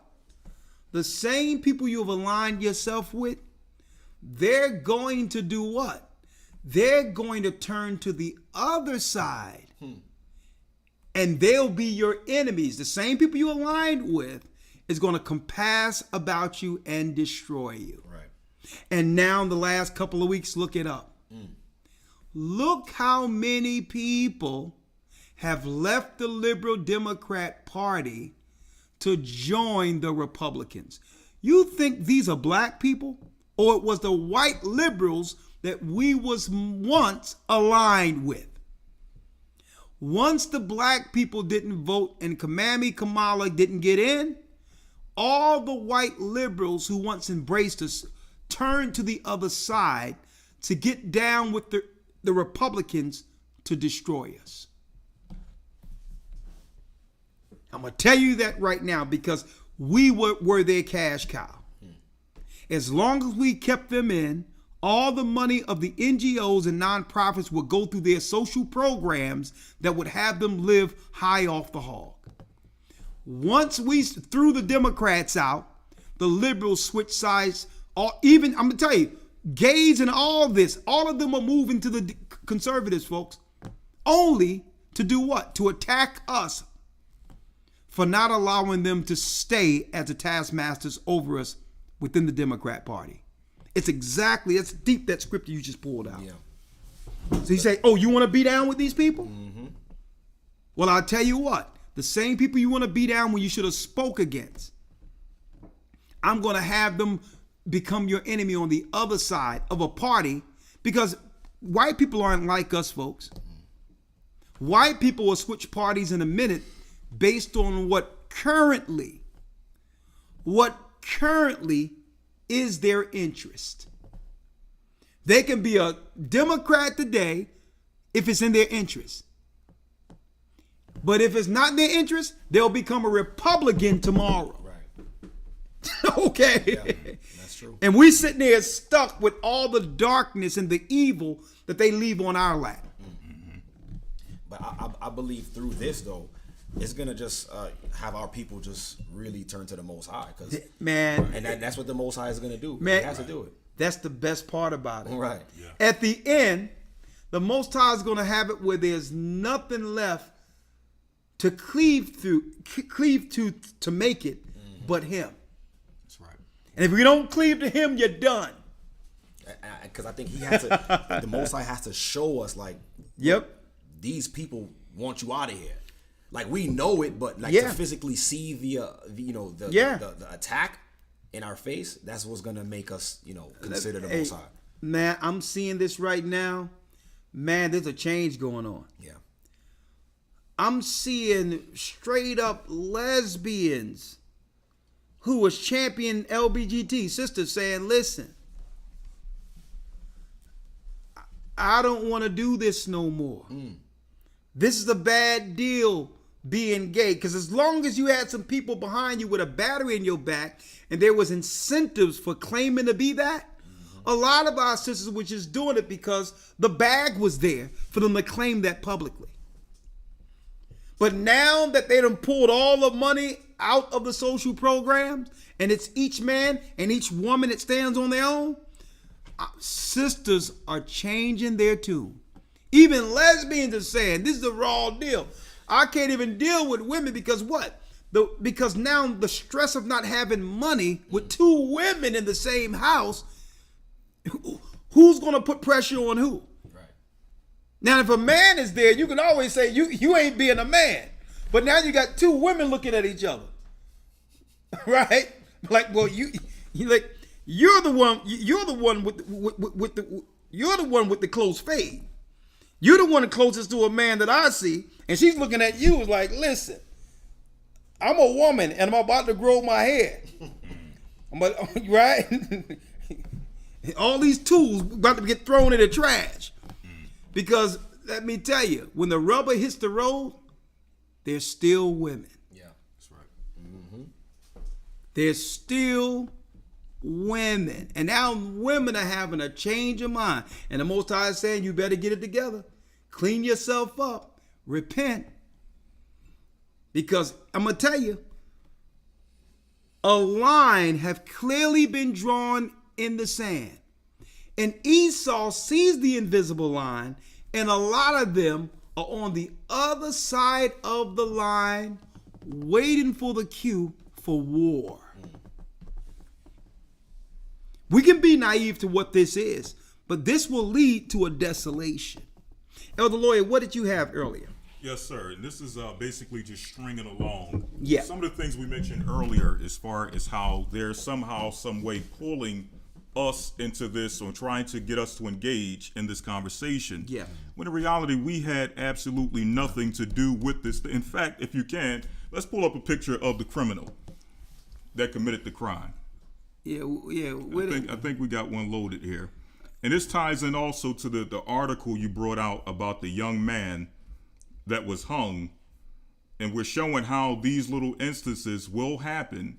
It's not the first, and it won't be the last that will happen as some form of retaliation in regards to this. But we want to see the guy who did it so that we remember that we have absolutely nothing to do with what happened. Man, it looks like another Elliot Rogers story. Hi, I'm Elliot Rogers. All right, there you go. All right, let's put him on the screen so the people can see the criminal who committed the crime. This is the hoodlum, the hood, or the thug that committed this crime, because after all, according to Mr. Charlie Kirk, we were the hoodlums, we were the thugs, we were the criminals. And what are we gonna do about this white on white crime? Yeah, exactly. But see, again, it goes back to what we were showing earlier, how they're trying to pull us in and engage us and get us to believe that somehow, some way, what happened was our fault. And when they come, as you mentioned earlier, it's going to be the low-level thinkers who are going to try to find a way to engage our people, to attack our people. And when they attack, these are the people they're going to be going for. You would think that he would be at the end of the vitriol. Yeah, you would think that they'll be looking for more guys like this. Right. You would think he would be public enemy number one. Yeah, you would think so. Right. But this is who they're going to come after in retaliation to this guy. This is the book of Deuteronomy 25 and 17. Deuteronomy 25, verse 17. And we're going here because, again, as we stated earlier, there's nothing new under the sun. And I'm going to tell you this, and this is why the Bible tell you, even though, again, I don't believe anything they put on the news. I don't believe anything. And I got the right not to. Because I don't like the way it moves me, right, when it comes to how I see the world. Anything that's politicized, I don't believe it unless I see it with my own eyes, right? And at the end of the day, what I'm seeing with this, I'm like, listen, even if you got guys out here who would do things like that, if it happened, I'll tell you this. This is why, I'm going to tell you, they got a problem. Boys, when they're growing up, need their tails spanked. And here's the problem. These white people be allowing their boys to grow up without any chastisement, and they become radicals. They become out of their mind and entitled that the world have to receive this spoiled brat. And when he doesn't get his way, he feel that he'd have to change the world and make a mark where his name will be known in infamy because somebody didn't spank his little tail. So when they be trying to tell you, hey, you shouldn't beat your child. What if somebody big and brutal came on you? Nah. The Most High said what? If you spare the rod, you'll spoil the child. And that's why you can say about some of the crime that goes on with our people, but none of our people stand up and say, you know what? Let's go shoot up some place with some kids at in the school innocently in a school. Right. Who raised children like that? Right. Right? But go on, Elder Lawyer. Yes, sir. Reading the book of Deuteronomy. That's on point because it's actually what I'm going into. Deuteronomy what? Yes, sir. Deuteronomy 25 and 17. 25 verse 17. Let's read it. And again, this is showing how they retaliate, showing the cowardice of the low-level thinkers who would try to make us the enemy, make us the criminal based on what this guy did. It says, remember what Amalek did unto thee by the way when you were come forth out of Egypt, how he met thee by the way and smote the hindmost of thee, even all that were feeble behind thee, when thou wast faint and weary, and he feared not God. So they're not going to come after this guy. They're going to look in retaliation to set it off on a daycare center full of black children, an elementary school, a church full of elderly people who can't defend themselves. This is how they retaliate. And it goes back into earlier, as you were stating, these are some of the things we have to be on alert about. Exactly. And so what has to happen is what? We can't be operating alone. Exactly. Especially at a time of heightened emotions now that the media is triggering these racial tensions. We cannot be operating like this young man was alone, where these cowards can sit back and now they'll do something to attack a person alone who's probably, believe it or not, weaker than them. They only deal when they can outnumber someone. They have the advantage and they can get away with it. So men and women have to be very careful, our people, of not being by ourselves during times of high tension. Right? You have to make sure that you exercise your constitutional rights to protect yourself at a time when they're trying to take that right away. Exactly. You have to be circumspect and not use your mouth to get you into something you can't get out of, and understand that just because you think it, you don't have to say it. Right? Because everyone is talking about this because they're programmed to get engaged in this conversation. Be wise as serpents, harmless as doves. And you got to watch out on these apps. We told y'all about these apps, Hinge and all this other crap out there. They're going to be trapping brothers who they have a problem with using what? Using false accounts. And I'm going to tell you the false accounts they're going to be using, paying girls to actually deal with that conversation that you'll need to be lured into a situation by yourself. They'll understand your profile, the type of people you like. And there's nothing for them to go to the streets and pay someone to like you and to connect with you in the area, and you end up hung somewhere. Same thing with women. I went into Walmart not too long ago, and we see nothing but missing people, young people, all up on the walls of Walmart. Right? This is how Esau deals. Since this down south, they've been dealing like that. They never engaged us without hiding. At one point, it was the hoods. It was the garb of KKK behind anonymity or behind the veil of secrecy. Now they're hiding behind social media. They're hiding behind social media, and you can be a target without even realizing it. Okay? Young ladies, you're going to have to be vigilant and change how you're moving. You have to be careful by yourself being the weaker vessel.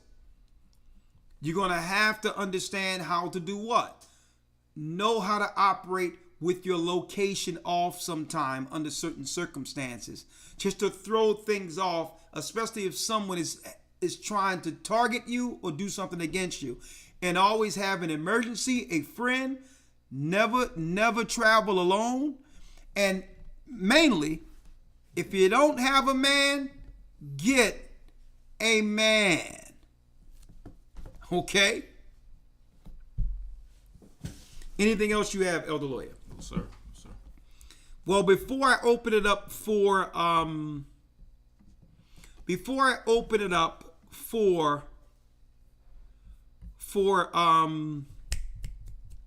Zoom, I'm gonna have Zoom for 10 minutes. I'm gonna have Zoom. Before I open it up on Zoom, I thought we would at least have 4 minutes of showing what's going on here during the Blessed Tabernacle. How about this?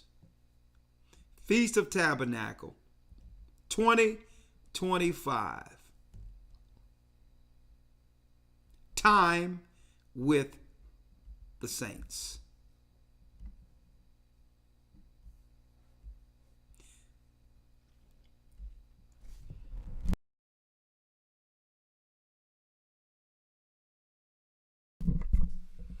the brother Erwin put together a visual montage. A gifted Pulitzer Prize photographer. And I want you all to enjoy the moments that were taken during this blessed time. Check it out.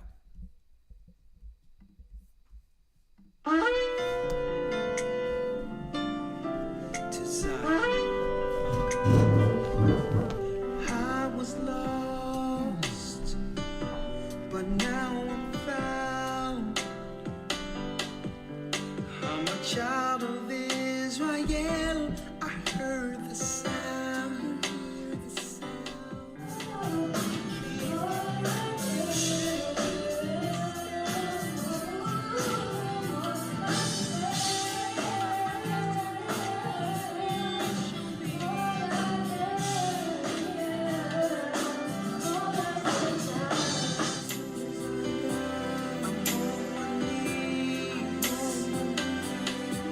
Laying my life on the line, I'm begging, please. Please don't let me fall. Give me the strength. Place my feet, Lord, guide my path. Show me the way. No, it's not. I open up the book. Look at that. That the apple of your eye included me, and through the tribulation I know I must stand. Look at that. For a new heaven, a new earth, show me the way to Zion. I'm on my knees, laying my life on the line. I'm begging, please. Please don't let me fall. Give me strength.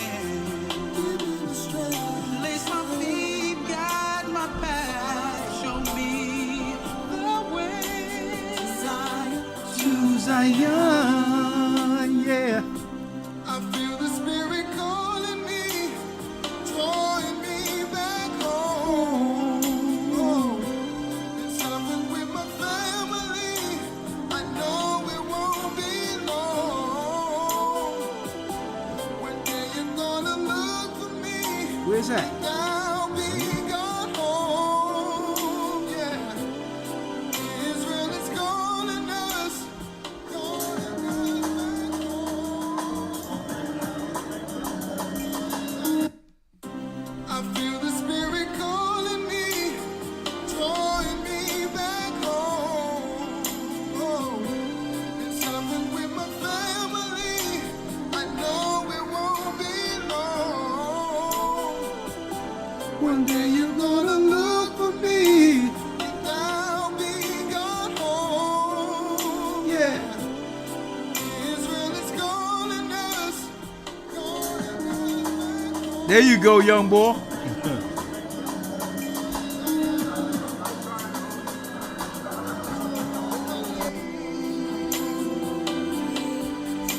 I lay down my life. I'm begging, please. Please don't let me fall. Give me the strength Place my feet, guide my to path. Zion. Way Go into Zion. to Zion. I'm on my knees. Laying my life on the line. I'm begging, please. Please don't let me fall. Give me the strength Place my feet, guide my to path. Zion. Show me That's my phone. the way. To Zion, to Zion.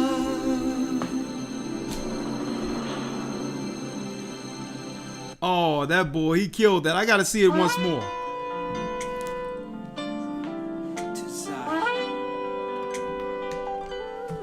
I was lost, but now I'm found. I'm a child of Israel. I heard the sound. Do you hear the sound?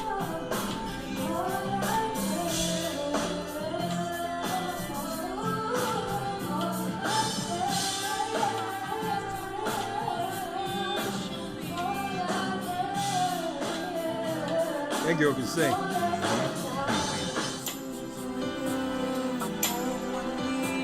I'm on my knees, laying my life on the line. I'm begging, please. Please don't let me forget the strength. Place my feet, Lord God, my path, show me the way to Zion. I open up the book. The Zoom link is there for those who would like to come in. Apple of your eye included me, and through the tribulation, I know I must stand. Look at that. For a new heaven, a new earth, show me the way to Zion. Yeah. On my knees, laying my life on the line. I'm begging, please, Look at that. please don't let me forget. That's crazy. So they got the FCC rules that's gonna use this.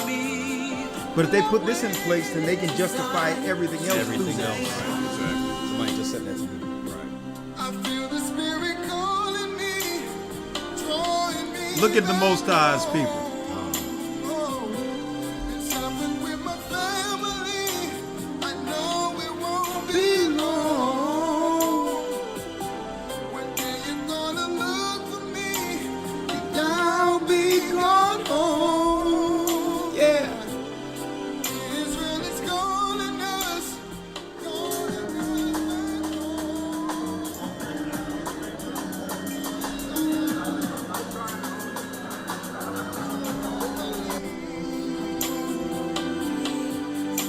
I lay down my life, I'm begging, please. Please don't let me fall. Give me the strength. Place my feet, guide my path. Show me the way to Zion. I'm on my knees, laying my life on the line. I'm begging, please, to Zion. Please don't let me fall. Give me the strength. Place my feet, guide my path. Show me the way to Zion. The Most High is bringing back His people. All praises. All praises. Shalom, my brother. Your name Jamal. How are you? How are you, Elder? Can you hear me? I can hear you loud and clear. What say you? I'm just so happy to be in the presence of you, teacher. I've been following you for a very long time. You and Elder Lawyer, you guys are like celebrities to me. Oh no, we just servants, but talk to me. Where you from? I'm originally from Brooklyn, New York. Oh, I okay. reside in the Bronx now. I am married, and Good.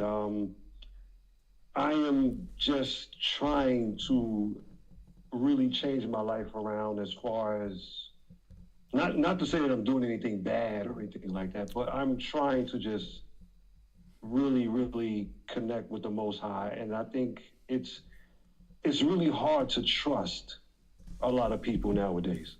Man, brother, we were just talking about that yesterday amongst the men meeting, right? And I was talking to a brother today, and I understand that there's trust issues amongst our people. I was speaking to a young man today, and I'm going to give you the floor. And I was speaking to the young man. You can get him closer into the frame, Hazan. Mm-hmm. Yeah. I was speaking to the young man, and he was asking me questions about the journey, my journey. And after a few things we've discussed, he wondered, and he was probably wondering, how is it that even when people betray and all that, that I still have the spirit to trust people? Right? And I mentioned to him that the Most High give us all the same opportunity in life. And he give us an opportunity to show forth who we are to him, regardless of our flaws. So because of that, even if someone could on the surface seem as if they're not trustworthy, I can't see them initially as anything less than a person I can trust until they show me otherwise. Because that's what Christ did for me. Now, what they do with the opportunity to have brothers who would die for them, brothers who would give their lives to them, for them and their family. What they do to appreciate that or to slight that trust, that's not on me. But I'm not going to trust because of others. So let me tell you, our people have a right not to trust based on what we've gone through. But we're not going to get through this unless we find someone we can trust and help us through this. That's just the way it is. I agree with you 100%, Elder, because in the times that we are in now, yeah, I believe we have to trust each other more than anything. Yeah. There are people who don't even care for us, let alone trust us. See, but then I'm going to tell you, there's something else, right? Then you have people who would backbite, people would put out lies and all of that online so that people outside who think someone has inside information will start believing, well, should I trust based on what I'm hearing? And these people are liars, deceivers. What they want to do is put a stumbling block in front of others so that they don't die alone, to have others out there with them to die with them. And some people wonder, well, Elder Ricard Yard, why don't you respond to lies? Because I know every word that you utter is before the Most High. And he's going to judge the matter. And even on the outside of that, I also understand that this platform that Most High have used this church to touch so many people isn't for the rumor mill. People need this platform. People need this inspiration to come closer to the Almighty. And I'm not going to lower it because of lower vibration people who seeking to put stumbling blocks in front of others. So, brother, what I'm saying is, yes, with your trust thing, you're going to have to find someone to trust. I know I trust. I know is one thing I trust. If it's not in, I know the Most High always tell you to trust in Him first. Yeah. Trust in me, not in man.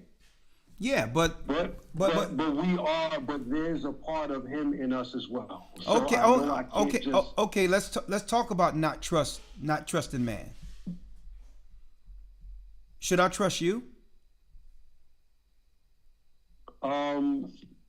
That's kind of up to you, Elder. No, but that Or you want me to- okay, no. yes or Listen, no?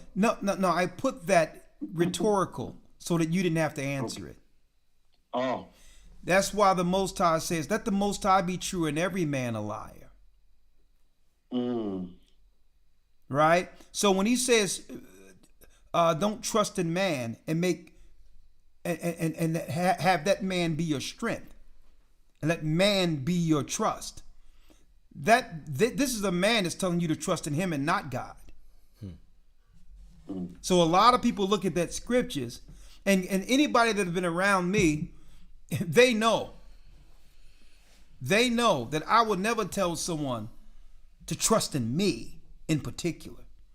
You trust in the works that the Most High have done through me, and guess what? You'll continually benefit from that trust, right? Because let me tell you, yes, sir. no one can fulfill the expectations that someone else have of them. Paul said, "Show me your faith, and I'll show you my faith by my works." What you trust is the works that a man have in Christ.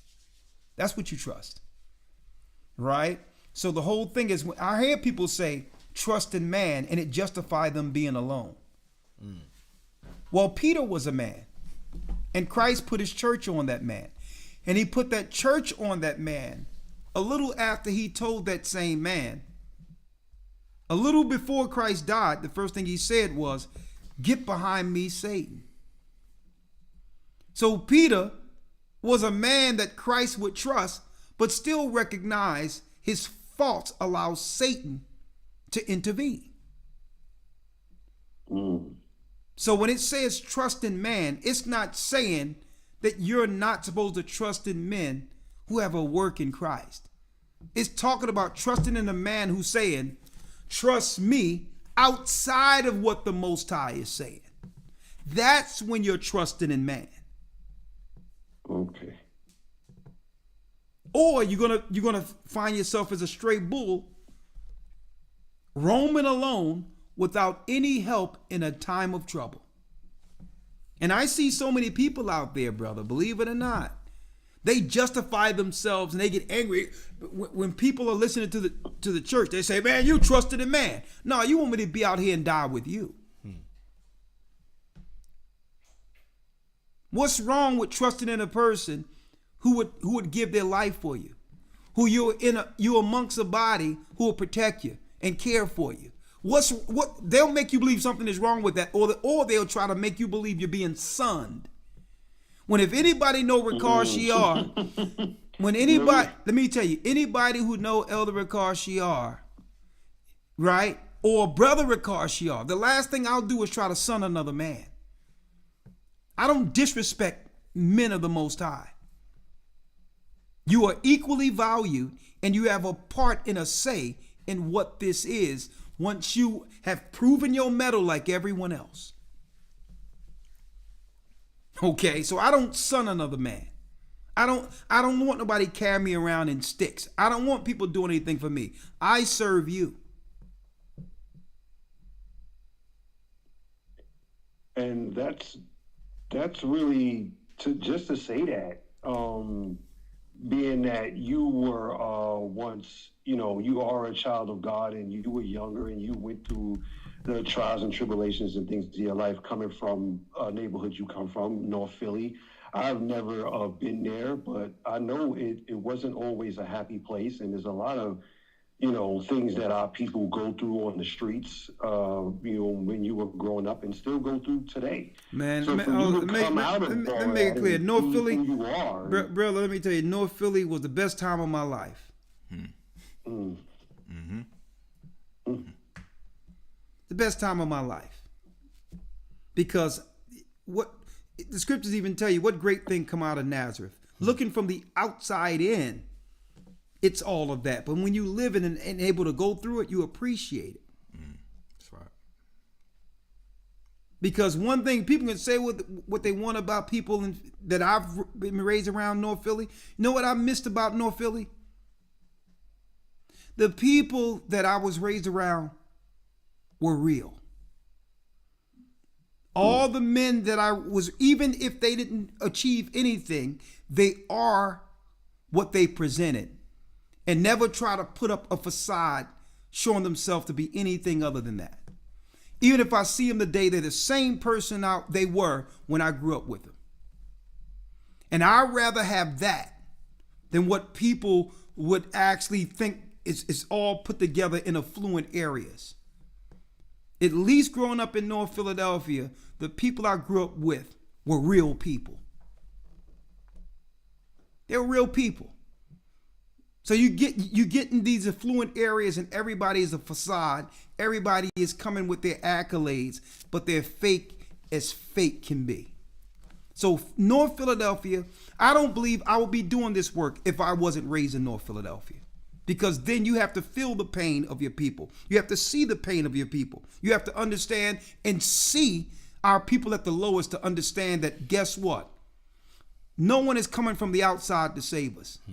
And by going through that, you'll realize that you must have a hand in changing your environment. Right. It's the one thing I wanted to say was that when I was younger, I went to church, whether I was forced to go or whether I chose to go. And I'm 47 years old. Okay. And it seems like when I heard you speak, when I heard Elder Lawyer, when I heard the Gathering of Christ Church, this is what it touched me. It was almost like I felt like I can trust these men. I can trust these guys. These guys are real. They come from a real place. It's just a feeling in me. I never met you before. I've never seen you before. But it seems like as soon as I heard you and Elder Lawyer speak, I said, this has gotta be real. It's something that I just feel inside me. It's not what you wore. It's not your background. It's not the songs you sing, but the word. When I went to church, I only wanted to hear the word. The music is nice. All the nice little shiny things you have in the background, that's all good and dandy. But I want everybody to be quiet so I can hear the word of God. Mm-hmm. And when I hear these interpretations, and then I hear you guys, and I go, I didn't learn that when I was in church. The pastor didn't say that to me. I didn't understand what. How come he's saying something different than what the pastor said? So I said, and I think it's just a feeling inside you. I think he said, you go with your gut. And when I heard you, Lawyer, everybody on the Gathering of Christ Church speak, it just came from a place where I knew I can trust this word. And and I know it because it's not your own interpretation. You don't close the book and say, well, this is what I think. You read from the scriptures, word for word. And this is how I know that I can trust this word. Well, brother, I'm going to bring another one on in a second, but before I bring him on, let me tell you this. One thing for sure, right, is, and this is what I love about the church, and I was telling the brothers about this yesterday when I sat and having a meeting with them. What you see is what you get. Mm. So it's genuine. Anyone that have been around us, whatever, they'll tell you. Even if they don't like us. And I'm going to tell you, I'm not here to be liked.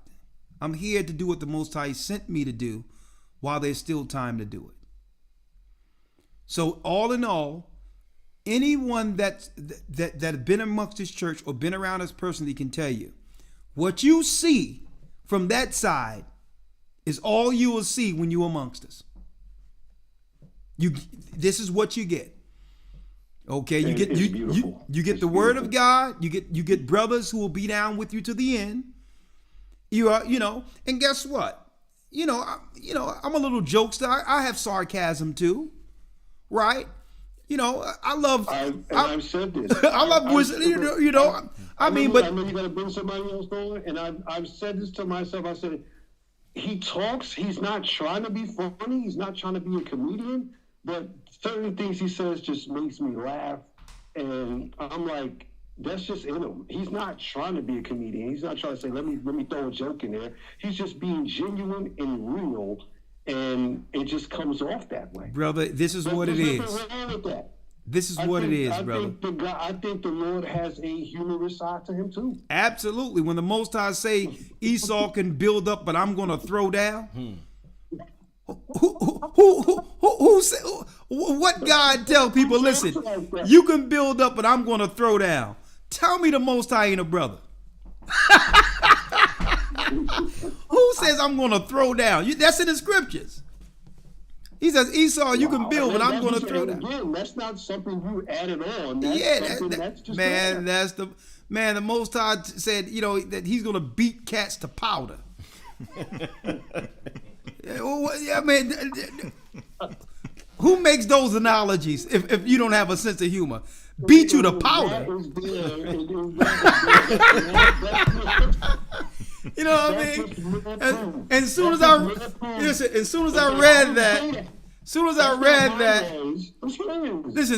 read that beat the powder, the first thing came to my mind was Dave Chappelle, Ashley Larry. Right. With the baby powder all on. I'm like, man, the Most High has a sense of humor. Brother, listen, that's why even amongst the tabernacle, how everyone is so elated. It's like one big family reunion. There's no pressure on people. You can go to a side, over the side where everybody, and then you can just catch, without even seeing, 3 or 4 brothers in a corner praying together. You'll go over a bridge early in the morning and there's 7 brothers standing on the bridge praying by themselves. You go over there, it's like there's no pressure, and everything that people are doing amongst this gathering is without any demand from leaders. They're free to be themselves amongst their family. Let me tell you, I've been a part of many things. I've never seen anything like what this church is in my life, ever, because the people are able to be who they are without restraint. And what the Most High says, even Christ says, be not many masters. We're not cracking the whip over people. We're not trying, everybody come over here. Nah, everybody is free to serve the Almighty, and we're just sitting back and just watching the Most High's marvelous work. How he has gathered these people together, and one day we'll see Christ's face together if it be his will. And to know that we had a hand in it. To know that we had a voice in this. To be a part of Christ's army is more than anything we ever thought possible in our lives. And brother, sometimes I just love the history. Brother, I love the truth. Brother, sometimes I love real history. This is real history. Yeah, real history. Real history, and Yes. the knowledge. Yes. And the knowledge. The knowledge from the brothers and our real history. Not the stuff that they teach you in high school every year. It's the same 4 black people, and Black History Month is a month. Yeah. No, it's real history. Brother, listen. We're going to give it as long as the Most High give us breath to give it. And as long as I have ears, I will listen. Hey, brother, hey. Come on in, because there's more in you that the Most High want to do. But I'll tell you what. Where 2 or more gathered, he's in the midst. And I'm going to tell you, once you get amongst the body, the Holy Spirit is going to give you a mission and a purpose outside of you listening right now. You're going to know what your mission is. So, Elder, can I ask you, what should I look for? What will be the signs of this mission, or what? Brother, he is pushing me toward. Brother, I'm down on my luck. I'm still blessed, but I'm down on my luck in life. But brother, let me tell you, brother. Your name is Jamal. What's your name? Jamar. Yes. I'm gonna tell you, brother. It's like looking into a past mirror. I was speaking to a young man today, and because he was fascinated with what all this became all over the earth, looking at me. Right? So listen up. And I told the young man, this all happened through the Spirit of the Almighty when I thought that I was at the lowest point of my life and everybody that I trusted and cared about was no longer there for me. When I thought I was betrayed, when I thought I was at the lowest. And then during a time where it was just me and the Most High because I had no one left, the Most High was, he confirmed in my mind. I'm sitting there celebrating by myself, laughing during a fast. And he said, listen, it was clear as clear can be in my mind. Don't worry about them. You here because I got you here. That's why you're on the bottom. Listen to what I'm about to tell you. Every scripture he gave me during those 7 days, I was in my mind, I was told to write it down. And he said, whatever you get out of this 7 days, you go out and teach it. Nothing that I taught came outside of those 7 days when I was at my lowest and everybody turned their back on me and I had nothing. And it was that ministry that began the Gathering of Christ Church all over the world, because the Most High have to strip you down so that the works are not of you. That you'll understand everything the Most High gave it, everything that you have at your disposal to finish this work is because he gave it to you.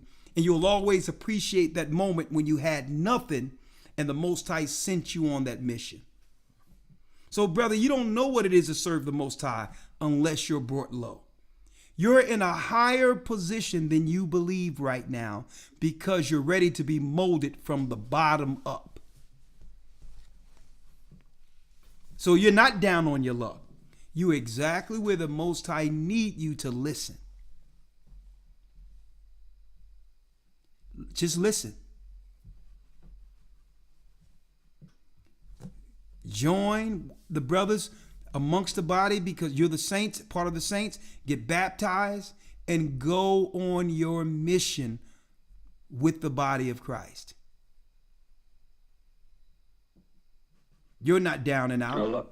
Brother, you're not down and out. The Most High got you there because if you had something else, you wouldn't be listening. You'll be distracted with something else. It's time for you to break down, fast to the Most High, and be directed. All right? Yes, sir. My brother, bless you. Thank you. Thank you for your time, Elder Carshaw, Elder Lawyer. Thank you, guys. God bless you. Well, thank you, brother. Guys. Brother, you stay strong, and I'm going to make sure I put up a prayer for you tonight and step into your calling. Thank you. I know other people have to get in. I'm going to be. You can give them their time. Thank you, my It brother. was great to meet you guys again and talk to you, and I will always continue to follow you, no matter what. Well, follow I will Christ. continue to listen. Hold up, follow Listen. Christ. Woe be to the man, the trusted man, right? Follow Christ.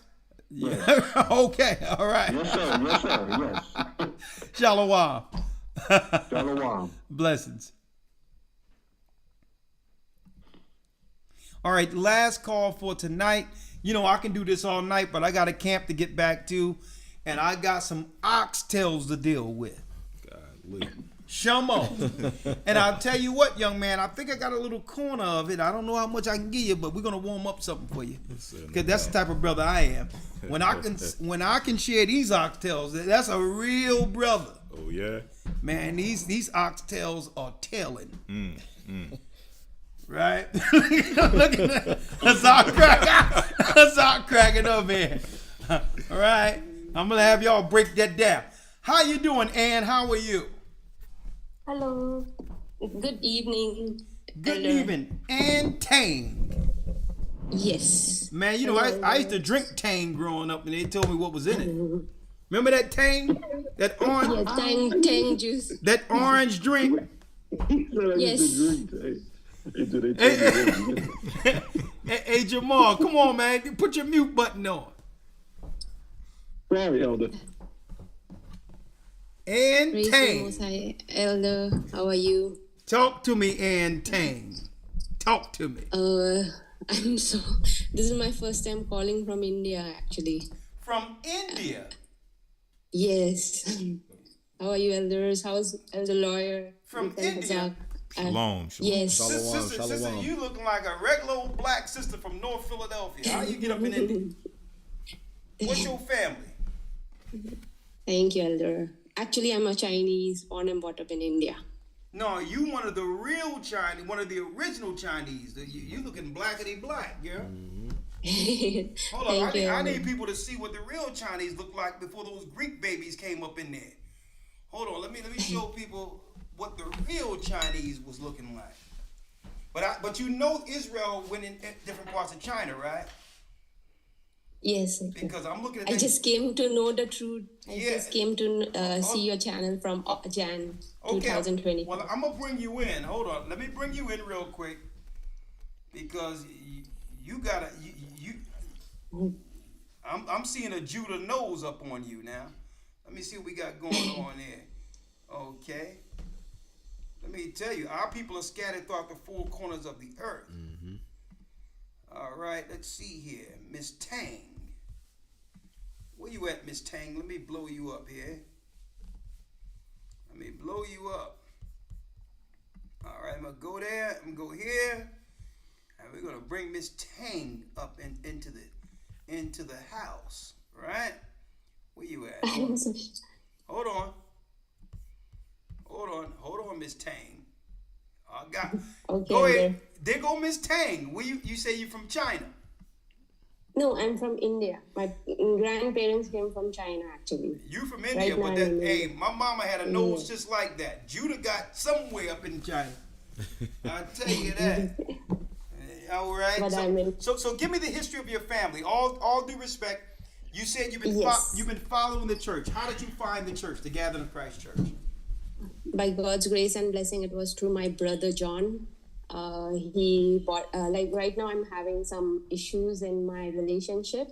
And Jan 2025, my brother told me to watch your channel. And I started watching your channel by knowing the Most High's name, Ahaya, in the name of Yeshaya Mashiach, Word of Walk. Look at this. And I'm really so glad that I came to know about Christ. And my dad, he came from China during Second World War. And my mom, she was born and brought up in India itself. Her grandparents came from China, parents. So I'm from my father's side, I'm the second generation. No, from my mom's side, I'm second generation, and from my dad's side, I'm first generation in India. You know that I have joined. You know that Timothy. You know Timothy, the disciple. He was buried in India. You know that?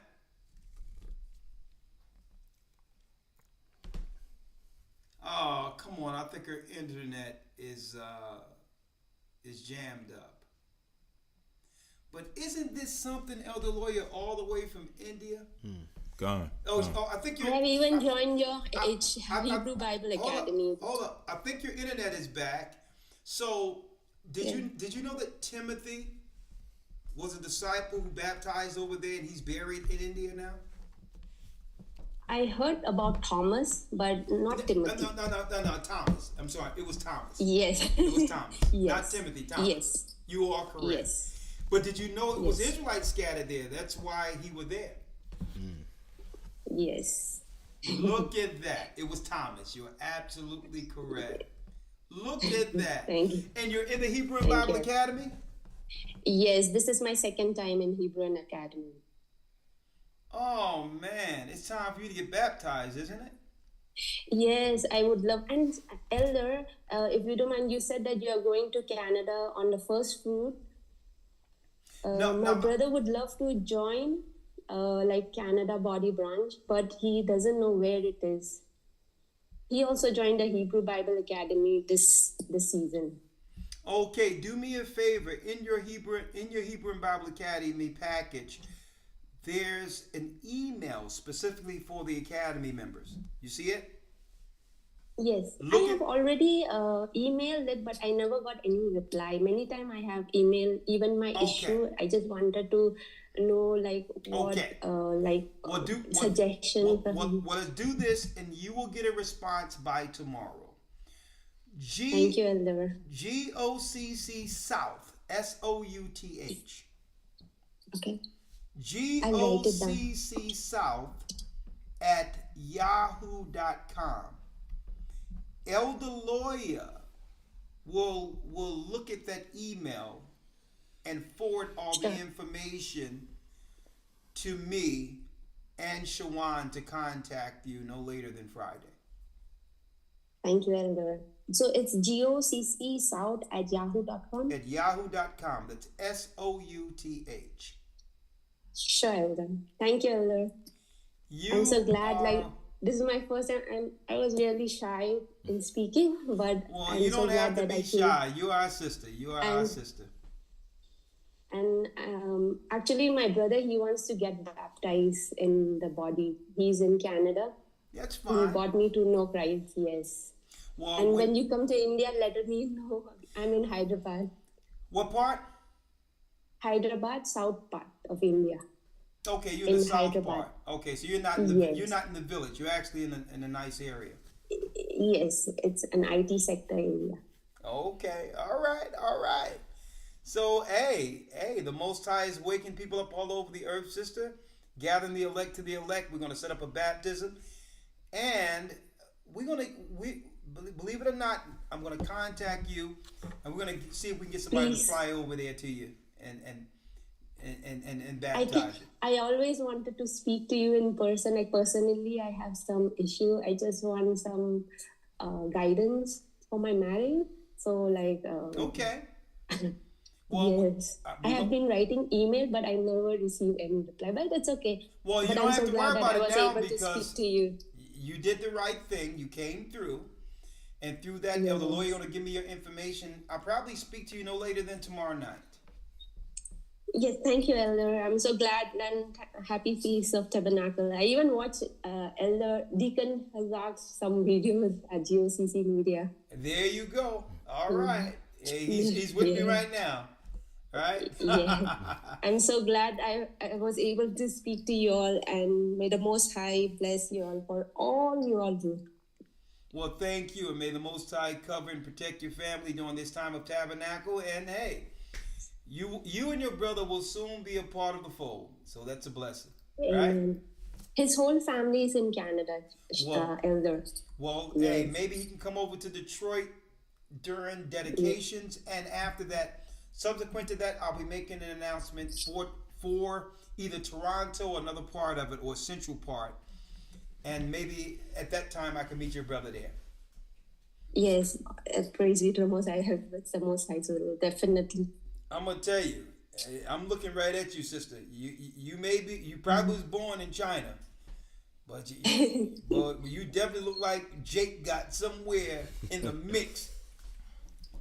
I'm born and brought up in India, Elder. You see, but that's why the caste system Yes. is there, because they was using a lot of some Asians to actually oppress our people who were scattered in India, and it's the Most High. He's putting that spirit out on our people, bringing them back. And I'm gonna tell you, you there's a great chance that you're from the diaspora of Israel. A great Praise be to the chance. Most High. A great chance. And But I can, yeah. thank- You looking, when I seen you, I just thought you were just a regular sister, like grew up where we lived at. Right? So oh, that's deep in of itself. All right. But you got a humble spirit, and the Most High guided you to the church, and I'm looking forward to speaking with you and your Yes. brother. All right. praise. Thank you, Elder. May You're the Most welcome. High bless you all always for the work. Thank you. you. Bye. Thank you. Bye-bye. Bye. Shalom. Bye, Elder. Bye, Elder. Shalom. Shalom. Shalom. Shalom. Look at that. All Shalom. the way Shalom. in India. Shalom. Man, the Most High says this gospel will be taught throughout the four corners of the earth. Then the end shall come. Well, brothers and sisters, we're close. Recognize the New Age tribulation and get on the right side of judgment before engagement. With that, may the Most High be with you. Stay prayed up, sin not. We will soon see Zion. We are the children of Israel. And that's right. We're back. We're biggity back. Huh? Let's go. Shalom. Shalom.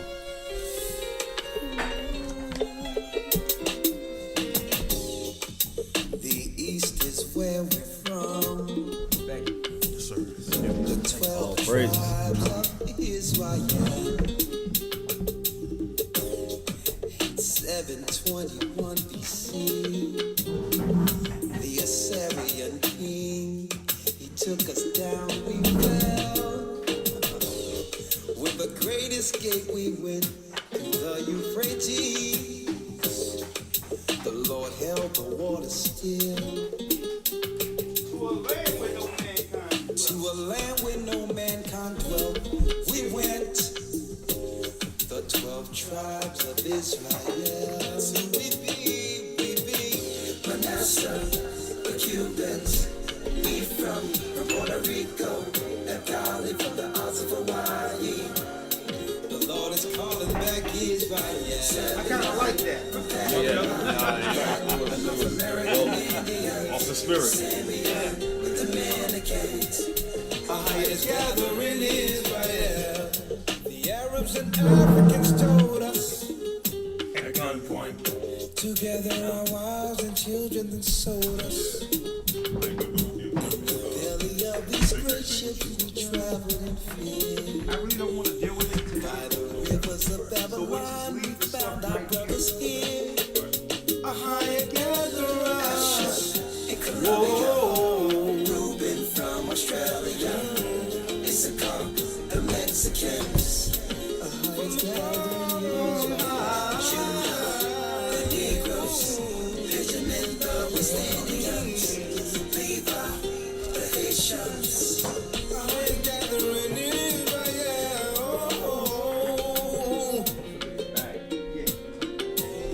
Be on the safe side. I think I better take it.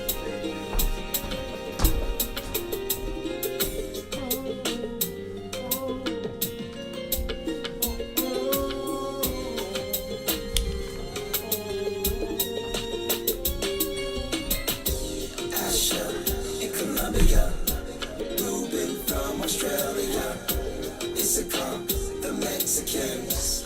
That's who we be, Judah, the Negroes, Benjamin, the West Indians, Levi, the Haitians, Manasseh, the Cubans, Ephraim from Puerto Rico, Naphtali from the Isles of Hawaii. The Lord is calling back Israel. Zebulon from Panama, Gad, the North American Indians, Simeon, the Dominicans. Our highest gathering is